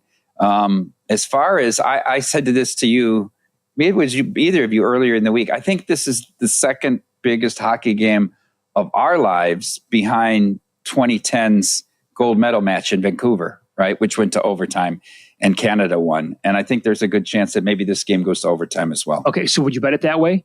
I would bet it that way. I have the ticket on Canada from last Thursday after the first two games were played, and Canada went to overtime and the U.S. won 6-1, and the market shifted so dramatically. So I have Canada plus 150 to win it all for a nickel. I could try to lock up 150 and play the U.S., but why? Let's have fun tonight. Sure. There you go. That was Mike Palm, VP of Circa Resort Casino, a little earlier with us giving you a betting perspective here at Circa and who he likes in the game tonight. Tomorrow, I was thinking about this as he was talking. God, I really hope it's not like 6-1. Like if it's 3-0 into the first, you're going to get fights in at some point because the other team that's down, they're going to get pissed off and, oh, this sucks. That's like what we talked about with the Super Bowl, right? There's nothing worse than ending the football season with a bad blowout like we just had. But there's so much to bet, so hopefully you can keep track of everything. We had a lot of fun tracking almost everything that was getting cashed there. That's very true. But I think like with the buildup of this game, it's time for the NHL to shine. The window is yours. And then 8-2. I mean, if you need any better example of this just meaning more, Paul Bissonnette, former winger, tweets out, "The love of my life is pregnant with another man's child, and I'm getting buried by community notes under fake Fox News tweets. None of this matters if Canada wins the Four Nations tonight." Okay, yeah. Just means more. Of course. Yeah, it's like SEC football. Yeah. Very close. Canada wins, he might raise that child. Why would he not? Right, come on. Volunteer, yeah. Mike, by the way, Mike said earlier this week when he was hosting with me on Tuesday, he said, like, I think it was Mike who said this, every game like this should be played in Montreal. What do you mean? It's USA Canada. You got to go back and forth. Well, you don't have to. Give them home ice advantage? I thought you were American. That's not me saying that. And by the way, I don't care. Like, I've been to Canada 100 times. I grew up like 4 hours from there. I have a ton of friends there. I love Canada. It's going to be a state soon, so I guess it's fine. Well, there you go. Sure. I'm not going to say a bad word about it. Can't do it. Follow the money here on VSiN. Our best bets coming up with in-pocket plays next.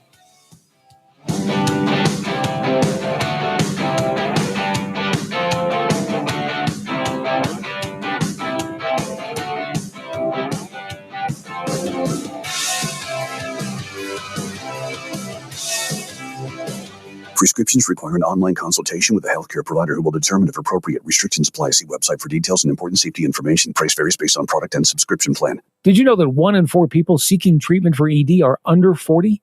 Hims can help. Get started at hims.com/joy. Through hims.com, you can access a full range of treatment options. I spend a lot of time in the backyard, and I'm the center of attention at summer barbecues. In 96, I made some of the tastiest s'mores.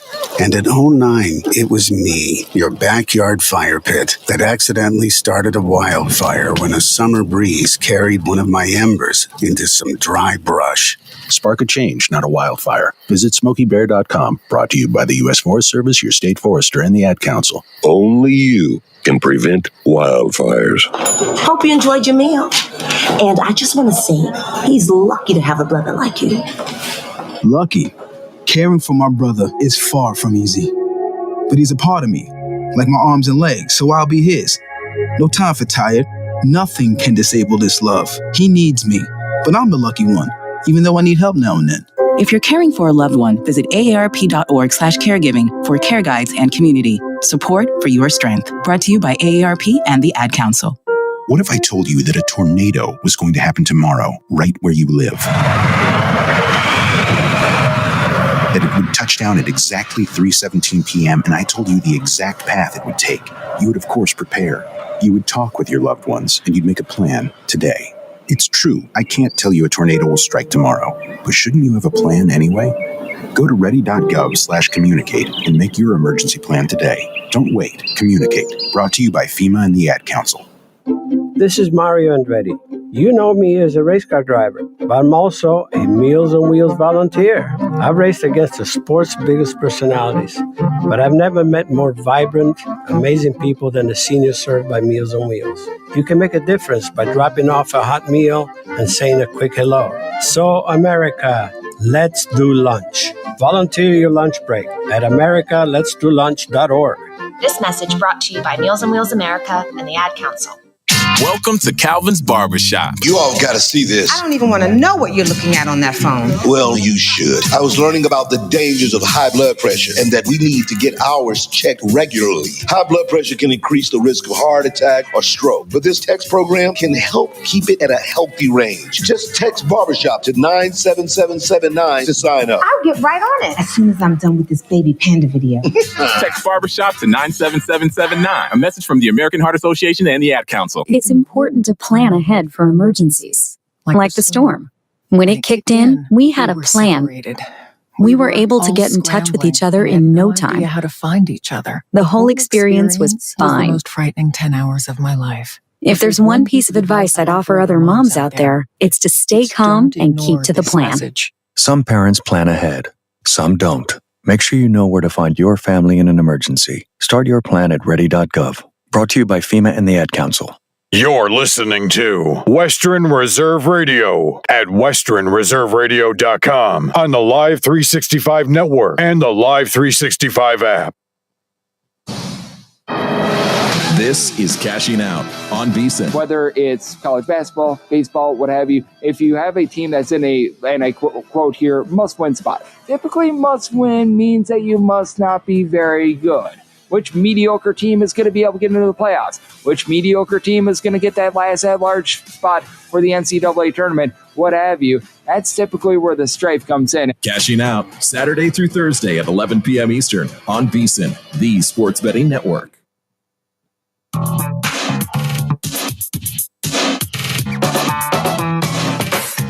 guy has an algorithm to determine the winner of any given college basketball game. Someone gives you 10,000 to 1 on anything. You take it. Take it. Take it. I'll bet you $20 I can get you gambling before the end of the day. No way. I'll give you 3 to 1 odds. Nope. 5 to 1. Nope.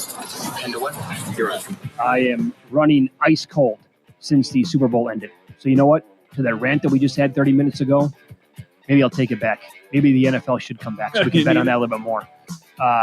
Super Bowl Sunday was great. Since then, not good. And I apologize if you tailed me yesterday. It was a bad night betting basketball. Hornets, Lakers over 220. Great number, JVT. Yeah. Right? Close 231.5. Dead under. That was, I think the live total was in the 215 range in the first quarter. Okay. This is going to be a fun hole to get out of. Never happened. The Vandy, Kentucky first half did go over. That was a winner, 77.5. 41-40 at halftime. What the hell happened to Vandy in the second half? They couldn't score to save their lives. Over 162, dead on arrival. And New Mexico plus 5.5 at Boise. Good number. And another bad half from a team that I can't afford to have it happen. Betting this stuff. So no good. Last night was no good. Trust me on that. Moving on to the plays that we have today. So this is the same game parlay I put together earlier today. Put it up on the picks page at vsin.com, as I try to do with every single pick in the morning before we come on the air now. Some notes on these players before I get into the bet.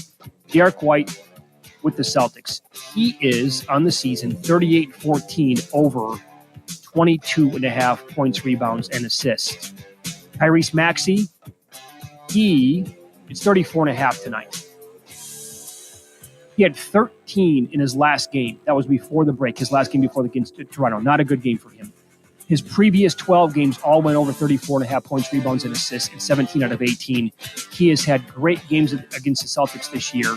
Christmas Day, he had 49. Early February, he had 43. So you can couple this stuff together, find different numbers. I did Maxey over 33.5 and Derek White over 20.5 tonight at plus 160. Dig it.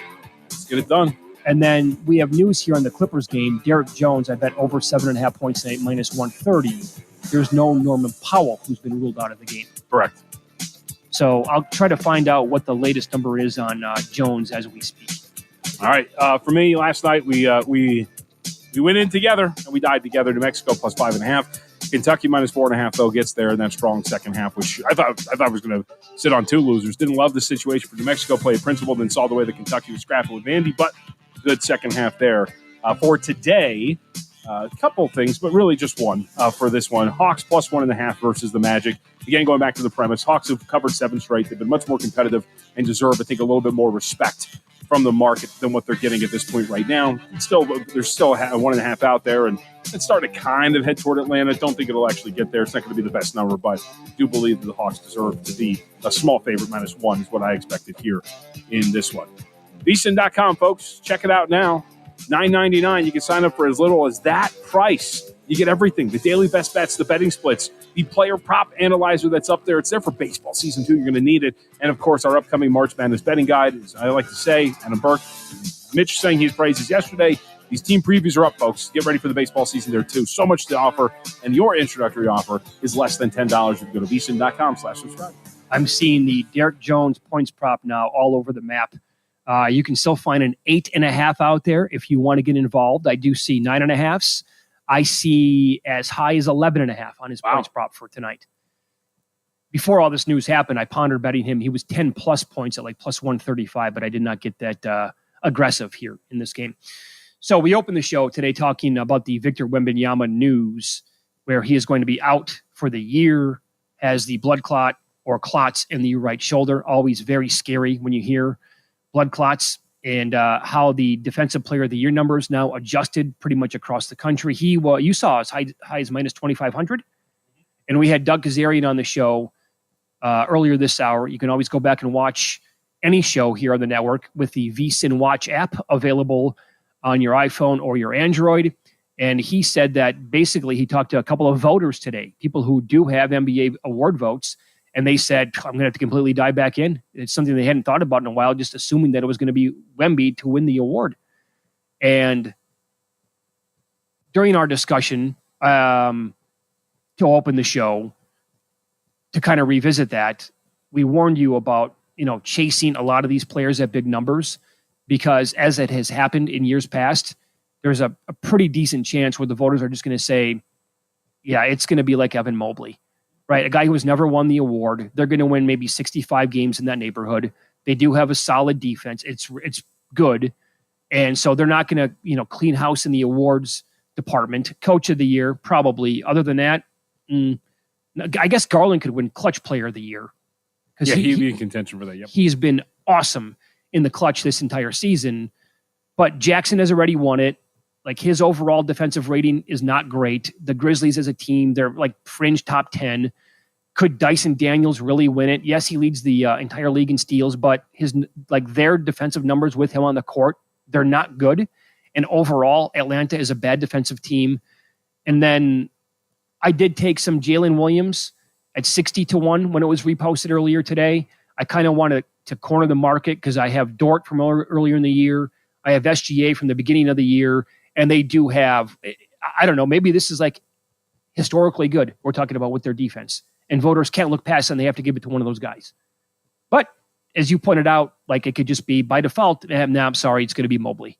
I think it's the safest choice. I thought Doug brought up a really good point too, which is a lot of the times with these award voters, none of them want to be the outlier opinion. That's exactly right. They don't want to be embarrassed by it. I think you should have a little bit more conviction and actually vote for these the proper way, as we have discussed many times. And I like to add on to this point, which is money is at stake for these guys. If you vote properly in other things like All-NBA, I think there is a very important honor on your shoulders as a voter to get it correct and do the proper work. Having said that, nobody is going to point the finger and laugh at you as a voter if you're going to vote for one of Jaren Jackson Jr. or Evan Mobley to win this thing now. There's going to be if Evan Mobley wins, if you vote for him first, it is one of the safer bets out there. He is the best defender on a team that might win the most games in the NBA regular season and is a top 7-ish defense right now. They are just about 1.5 points away in non-garbage time defensive rating from the Memphis Grizzlies. And in terms of just on the floor impact, he is right on par with what Jaren Jackson Jr. is doing in terms of the improvement of defensive rating for Mobley. I think it would make the most sense. Yeah. It sucks for the Spurs. It really, obviously, here, Captain Obvious checking in. It really sucks for Wemby, right? I hope the poor kid's going to be okay, and this doesn't affect him like at all long term. But I really wanted to see this team down the stretch after the trade for Fox. Sure, I thought they were going to be, if nothing else, they were going to be super entertaining and some team that you wanted to have on TV every night when they're playing. Absolutely, and they were going to be. I didn't think they were going to be able to make the push, but at the very least, they were going to be a team that could potentially remember what Houston did was last year. Everything melts together when they made that push right before they almost made it into the postseason. Yeah, I think it was last year. Yeah. So right when they win, they ran, I think it was like 10 out of 11, whatever it was, to really make Golden State sweat down the end of the year to almost get eliminated. Like I think San Antonio was potentially capable of doing that. But now you just knock another team out of contention. And we didn't even cover this, but that's the other ramification of this, which is the improved odds for teams to make it into the Western Conference play-in now that one contender is essentially out. The other, so out of all these awards markets, we saw a little movement in another market today, which we didn't even hit. Stephon Castle has now gotten a little bit more bump in terms of Rookie of the Year. Oh, yeah, because there's going to be more on his shoulders now in workload and defense to be able to hold up defensively for San Antonio. You have the updated play-in numbers. The Blazers were 40-1 yesterday just to participate in the play-in game. Remember, and you said like the schedule is tough down the stretch. Yeah. But if they have play-in numbers right now, I mean, if the Blazers are 40-1 still, that is participate in the West is down over at DraftKings. Yeah. Okay. All right. So our producer Luke found this. This is at Caesars. This is a really good market for tonight's huge Four Nations title game. 60 minutes betting and both teams to score. So if you could bet it both ways here, right? Both teams to win and the other team to get shut out, basically, right? So USA to win and Canada not to score, 10-1. Okay. Canada to win and USA not to score, 11-1. You got to go 10-1 USA of those two. Okay, just bet them both in case we get a shutout? Yeah. If I'm believing the very much smarter than I hockey people, though, that Canada's goaltender issue is a real thing. Yeah, okay. Then, and by the way, so maybe here, if you're really going to be paying attention to the game tonight, and you're going to be waving the flag and you're going to be chanting USA at your house, that would be a hell of a bet to have on hand, right? If you bet the USA to win in a shutout, and that's like live going into the third period, that'd be a fun one to watch the game with in pocket. Or at Park Canada. Yeah, I mean, just something to maybe ponder. Not to get nuts with, but essentially cheering for them in enemy territory, right? It's just a fun bet to have tonight. Prime time next. Murray, Humans on the show, cashing out after us. Start your mornings tomorrow with VSiN by the Bucks. Good luck tonight.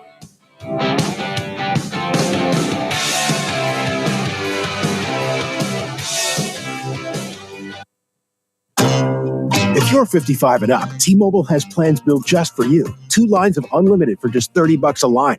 That's a 45% savings compared to Verizon and AT&T. But don't just take our word for it. It's not just the savings that are great with our T-Mobile plan. There's all this value from all these other things that T-Mobile offers. T-Mobile. Progressive presents the Sports Flash on Western Reserve Radio. I'm John Thayer. The Cincinnati Bearcats were edged at West Virginia last night, 62-59. In the loss, Dan Skillings Jr. had 10 points and 7 rebounds as Cincinnati drops to 15-11 on the year and 5-10 in Big 12 play. Ohio State Buckeyes back home tonight. They'll take on Northwestern. Northwestern is 4-11 in the Big Ten.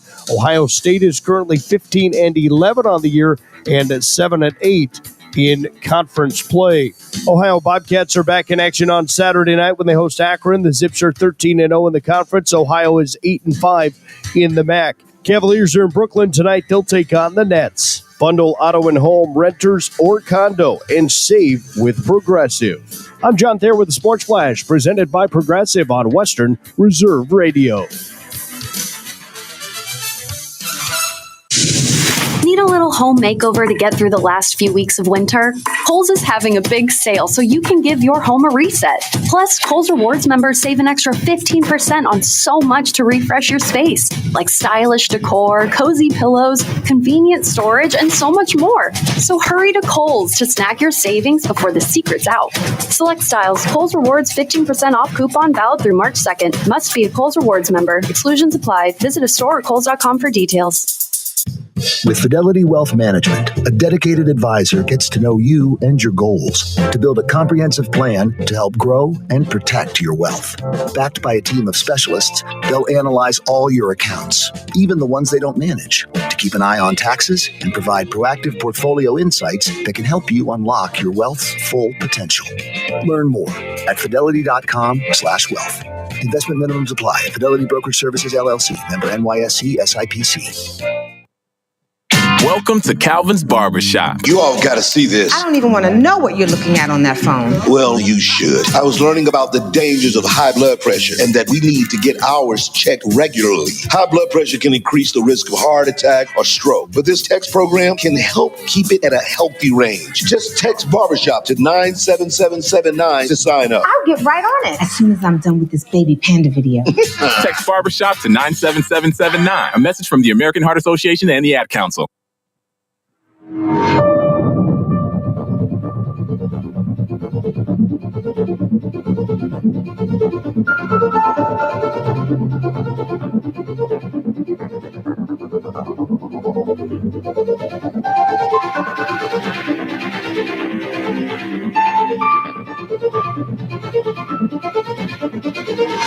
Youngstown, Warren, and Salem Sports Talk is on the iMedia One Network, Western Reserve Radio, Western Reserve Radio 2, and City View Sportscast.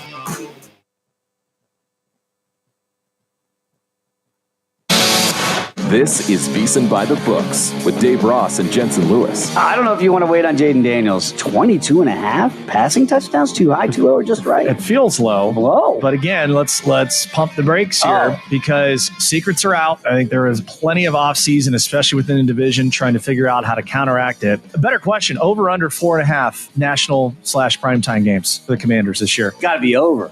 VSiN by the Books, 7 to 10 a.m. Eastern on VSiN, the sports betting network.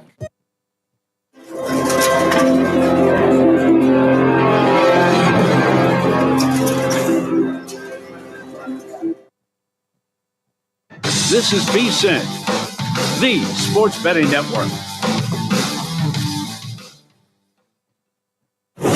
This is VSiN Prime Time. Live from the Circus Sportsbook in downtown Las Vegas on VSiN, the sports betting network. We are off and running on a Thursday evening alongside Matt Humans. I'm Tim Murray. We're live from the Circus Sportsbook in downtown Las Vegas.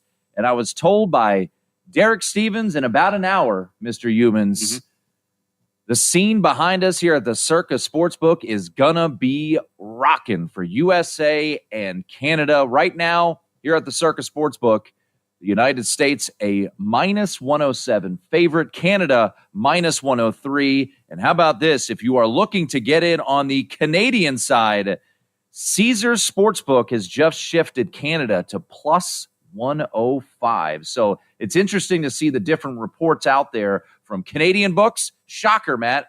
They're betting Canada, and a lot of American books, they're betting the United States. Well, it's people betting with their heart. I think the sharper bettors, probably betting with their head, are on Canada in this game. You're going to bet the team that lost the first game last week in a rematch. And the U.S. team has lost a key player since that game a week ago. I thought this quote from Christian Cappellini, BetMGM sportsbook manager, said what basically is going to encapsulate what happens on this game. Quote, "We expect the USA-Canada final to be the most bet hockey game of the year. Canada winning would be a good outcome for the sportsbook. Of course, in the U.S., you're going to take more United States action. The Canadian book's going to be flush with Canadian action. That's just the way it's going to be played tonight. I think you don't want to show up to a party at a bar with all your buddies and say, I got to bet on Canada, right?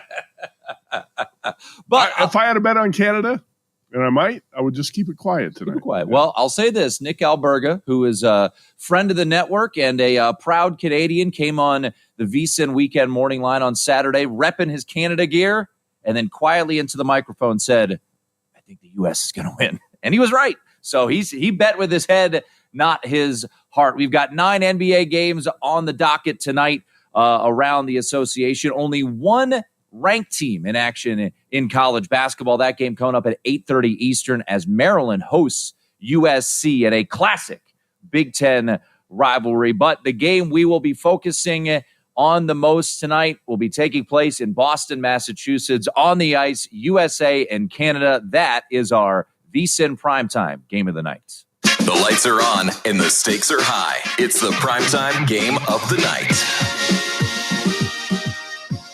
And puck drop a little after 8 o'clock Eastern, Matt, north of the border. This text from Derek Stevens, who is busy tonight, unfortunately won't be able to stop by. But he said, great two-way action on the hockey game. And this was about 30 minutes ago. He said still minus 105 both ways. However, they have shifted in favor a little bit of the United States at minus 107. And he let me know that the biggest bet was actually on Canada as of now. So we'll see how the night moves on there. I just ran into Derek Stevens here in the Circa Resort and Casino. In fact, his box up here atop the sportsbook is roped off. I assume he's hosting a big party tonight. I would assume so. Should be a good evening. Yeah, he's a big-time hockey fan, and that's going to be some excitement in the sportsbook tonight around this game. John Ewing at BetMGM reported USA-Canada props, the most bet props, this according to the tickets. How about Connor McDavid, anytime goal scorer, plus 210? Not a surprise there, right? No. Connor McDavid to score the first goal, 13-1 odds. First period over 1.5 goals at minus 102. I'm going to follow up on that one in a second. Sidney Crosby, 2 or more points, plus 425.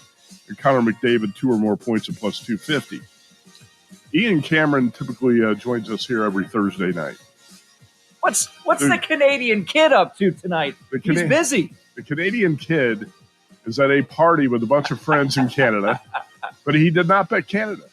He said the only bet he made on tonight's game, first period over 1.5, which is perfect 6-0 in this tournament so far. Well, that's not the only bet. First period over 1.5, 6-0 in the tournament so far. He also says he made a small bet on the draw plus 340, which means the game to go to overtime. He and I, the Canadian kid, this is not good for me because I trust his handicapping skills on the ice much more than mine. I took a little first period under at minus 115. It now sits, I believe, minus 120, so a little bit of late action coming in there. This from Bet365, which I believe is a Canadian book north of the border.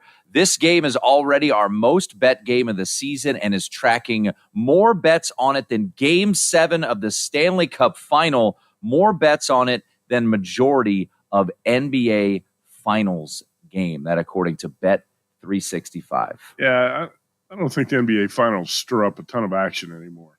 But what you would compare this to would be, it's going to be bigger than a Stanley Cup Final Game 6 or Game 7, right? Yeah, I would think so. Biggest bet hockey game of the year and more action in the Stanley Cup Final game. You got more people who care about USA Canada than who cared about Edmonton and the Florida Panthers. Oh, right? no doubt.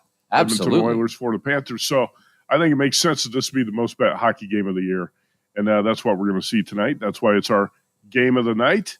We don't typically lead off with hockey, but we're doing it tonight. We have a true puckhead on the show, Lou Finicaro, to lead off hour number 2 tonight. And Lou might be on the Canadian side, Tim. You had to bet it. Would you bet Canada or would you bet USA? I'd probably bet Canada. Yeah. I'd bet the team that lost last week. And, these teams are so close. It was a 3-1 final, including an empty net goal late a week ago. But the USA did lose a key player from last week. If you read the VSiN email today, you read all about that. Jonathan Davis broke it all down.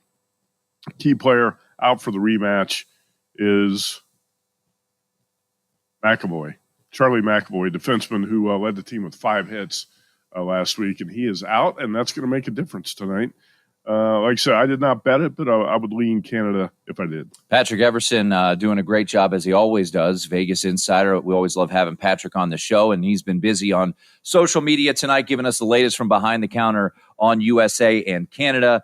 This from Adrian Horton of ESPN Bet, according to Mr. Everson, quote, the first USA-Canada matchup was our most bet hockey event of the season, with anticipation building for tonight's rematch on ESPN. This feels like a Stanley Cup final game from a trading perspective. Bigger than Stanley Cup final games, I would think. Yeah, I think it will be safe to say that this will absolutely outbet any NHL game the rest of the year. That includes the NHL playoffs, the Stanley Cup final.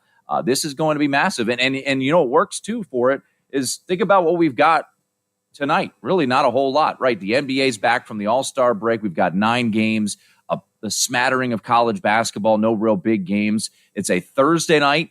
It's 8 p.m. Eastern on ESPN. It's a perfect spot for this game to be on. It is, because there's not much else happening in the sports world. The UC San Diego Cal Poly game is not going to steal the spotlight from the hockey game tonight. Which sources tell us Bruce Marshall might be in attendance at.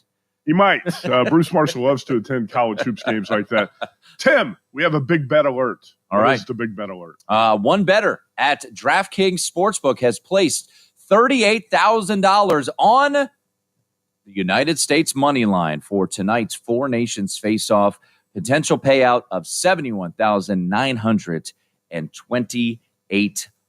Chuck Esposito will join us in the second hour, actually start of the third hour of the program from the station's casino. That should line up with the first intermission, and very curious to hear what their handle is. My guess would be, knowing the clientele that normally bets at Stations Casino, which is a local shop here in the state of Nevada, I would imagine they are probably pretty big Canada fans. And I would also imagine, if I had to guess, probably under fans as well. Oh, I think you're right about that. But at the same time, the sportsbook directors don't want to come out and say, we're rooting for Canada tonight. Chuck's going to downplay that. But behind the walls, they're rooting for Canada. They got their red and white. They're right. Singing, "Oh, Canada," there behind the scenes. So excited for this game to drop the puck, as this one will tip off. Basketball on the mind. This one will have the puck drop a little bit after 8 o'clock Eastern. Also, 45 years ago, when the USA hockey team pulled off the unthinkable, right? Yep. And won the gold medal. That was Mike Eruzione, Jim Craig, and those guys. It was different. It was much different back then. That was during during the Cold War. That was before your time. You don't remember that. I was just a kid at the time. But the USA-Soviet Union rivalry was huge at that point. I really don't think maybe some people think it is the USA-Canada rivalry a bitter rivalry? Maybe it's the fires have been stoked a little bit here in recent weeks, but I don't look at that as anything like it was in 1980. Well, what I do hope is that for this year to build into next year, I know you are the world's biggest Olympic fan. You love the Olympics. I can't get enough of it. But we do get best on best next year, so maybe the buildup will be even bigger next year. But no, I don't think this is anywhere near to the level of it's not going to be anywhere to the level of an upset. This is a true pick'em between Canada and the United States. So we got Adam Burke coming in studio with us. Adam Burke, by the way, when he was in high school, I was told he was a all-state goalie. That true? Yeah, great hockey player, all-state goaltender. We'll ask him if that's true. I get to see Adam right now. I don't know. I have no idea. There's about 90% of me that thinks that Matt just completely made that up. Hey, what we're not making up is a great Ohio goaltender. Adam Burke joins us next. What we're not making up is the great deal from Derek Stevens, courtesy of our friends here at Circa, the D, and the Golden Gate. You can get 15% off your hotel stay right now at all of the properties on Fremont Street, whether it be the Circa, whether it be the D, or Golden Gate. CircaLasVegas.com. Make sure you use the promo code VSIN15. So we're up and running. We got a smattering of college basketball going on. NBA back in action after the All-Star break. And the big one tonight, our VSIN game of the night, USA and Canada. Right now at Circa, minus 105 both ways. So a little of money coming back in on the Canadian side. Total juice towards the under at minus 125. Adam Burke in studio with us next.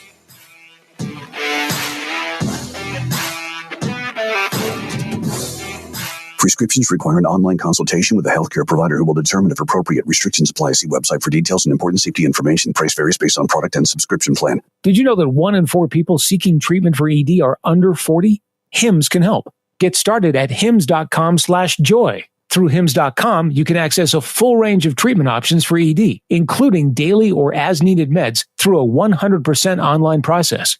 To start your free online visit and save up to 95%, go to hims.com/joy.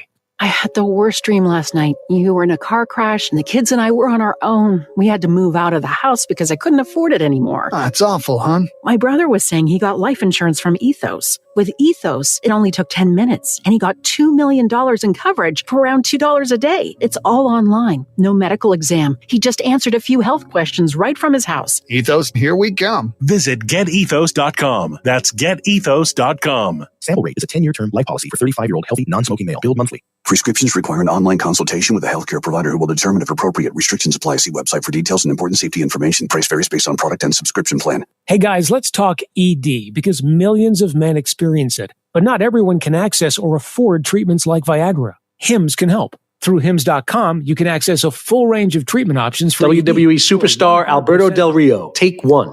Behold the angry giant. Try it again, Alberto. Behold the angry giant. Perfect. Good luck tonight.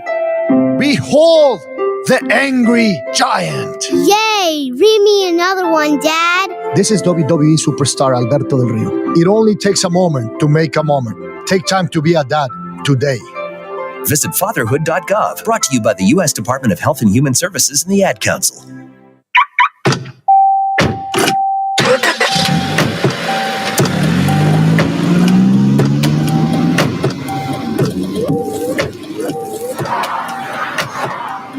Driving has a rhythm all its own. Don't wreck it with a text. Before you get behind the wheel, silence your phone. Or better yet, designate a texter. For more text-free driving tips, visit stoptextstoprex.org. Brought to you by the Ad Council and the National Highway Traffic Safety Administration. Someone's got to set the tone out there, boys. Someone's got to set it. The station that sets the tone for Youngstown Phantoms hockey is Western Reserve Radio. WRDB, The Scourge. This is Money Moves. I don't know how I feel about court stormings. Field stormings in football are cool. Like, doesn't it make you a little bit anxious, like something crazy is going to happen? I mean, we saw players get hurt last year. I know that we have seen that a couple times. I'm not so much scared of it. I just think that it's overdone. We're court stormed and field stormed to the point where it doesn't feel like it's as impactful or important anymore. Catch Money Moves every weekday at noon Eastern, right here on VSiN, the Sports Betting Network.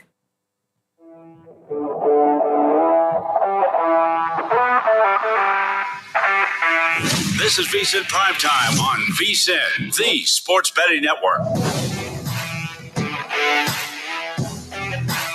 It is VSiN Primetime, less than an hour away from puck drop in Boston as the United States and Canada go head-to-head for the championship of the Four Nations Cup. Charlie McAvoy ruled out with an injury. Jonathan Davis has a write-up over at VSiN.com, and Lou Finicaro going to give us his thoughts at the top of the next hour before puck drop. So as we discuss USA-Canada, we pivot to a lot of things going on. Tim. Yes. This show is stacked tonight with great hockey guests.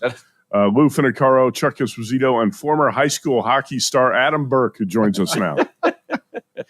High school hockey star. No, fourth line varsity right winger, third pairing defenseman on my beer league team. So not an all-star. Okay. At all. So we got some bad information. But you did play hockey. I did. In Ohio. Yeah. Okay. Yeah, I played hockey. I played in high school. I was also, I was part of USA Hockey. I was a referee for several years as well. So, it's, honestly, I mean, this game, this team basically is 2 decades in the making with the way that the USA has changed its skill development, the way that their national team development program has been, really leveling up over the last 15, 20 years. They've been doing really well in terms of the World Junior Hockey Championships. They were winning gold medals in that tournament. So, this is the culmination of all of it. Man, the guy outside the studio is ready to go, just rocking a red, white, and blue full head-to-toe get-up. That's what you like. True patriotism. I agree. Coming into the sports book. And speaking of true patriotism. Did you bet the game, by the way? Did you bet the game tonight? No. Okay. I didn't. No, I mean, I agree with what you said. I mean, the margin between these two teams is remarkably small. Mm-hmm. The U.S. has the better goaltending, which I think helps you more throughout the entirety of the tournament. In a one-game sample, it may not matter that much. So I didn't feel like there was an edge at all to be had in this game. Yeah, if you do want some plus money, I believe Caesars is out there with a plus 105 on Canada. So if you're looking to bet the Canadians in that one. But you do. Do you guys think Dave Ross bet on Canada? He bet on the Cowboys. He's all right. Can we It's a tough night for Dave, okay? Zach Martin just retired, and all those Super Bowl championships that a Pro Bowl Hall of Famer and Zach Martin brought to his franchise. It's a tough night. It's a tough night for Super Dave. I feel bad for him. It's gonna be morning at 7 a.m. Eastern tomorrow, and I'll make sure to remind him when I join the show at 9 a.m. Eastern tomorrow about the waste of a Hall of Famer in Zach Martin. All right, you've got a glorious college basketball card tonight. I know a couple of the plays are underway. Hit us with something on that glorious college basketball card. It's an eclectic mix. Honestly, nobody else in America has a college basketball card that looks exactly like Adam Burke's No, card I don't tonight. think so. I should have parlayed them just because of that. I got Maine minus 1.5 in action right now against Albany. The Black Bears and the Great Danes. I got Mercyhurst plus 2.5 against Fairleigh Dickinson. Speaking of hockey, very good hockey program, I believe. Very, very good hockey program. The Lakers up there. And then the game that I have that hasn't tipped off yet from the Big Sky, Portland State and Idaho State. So Portland State plus 1.5 in this one is where it was this morning.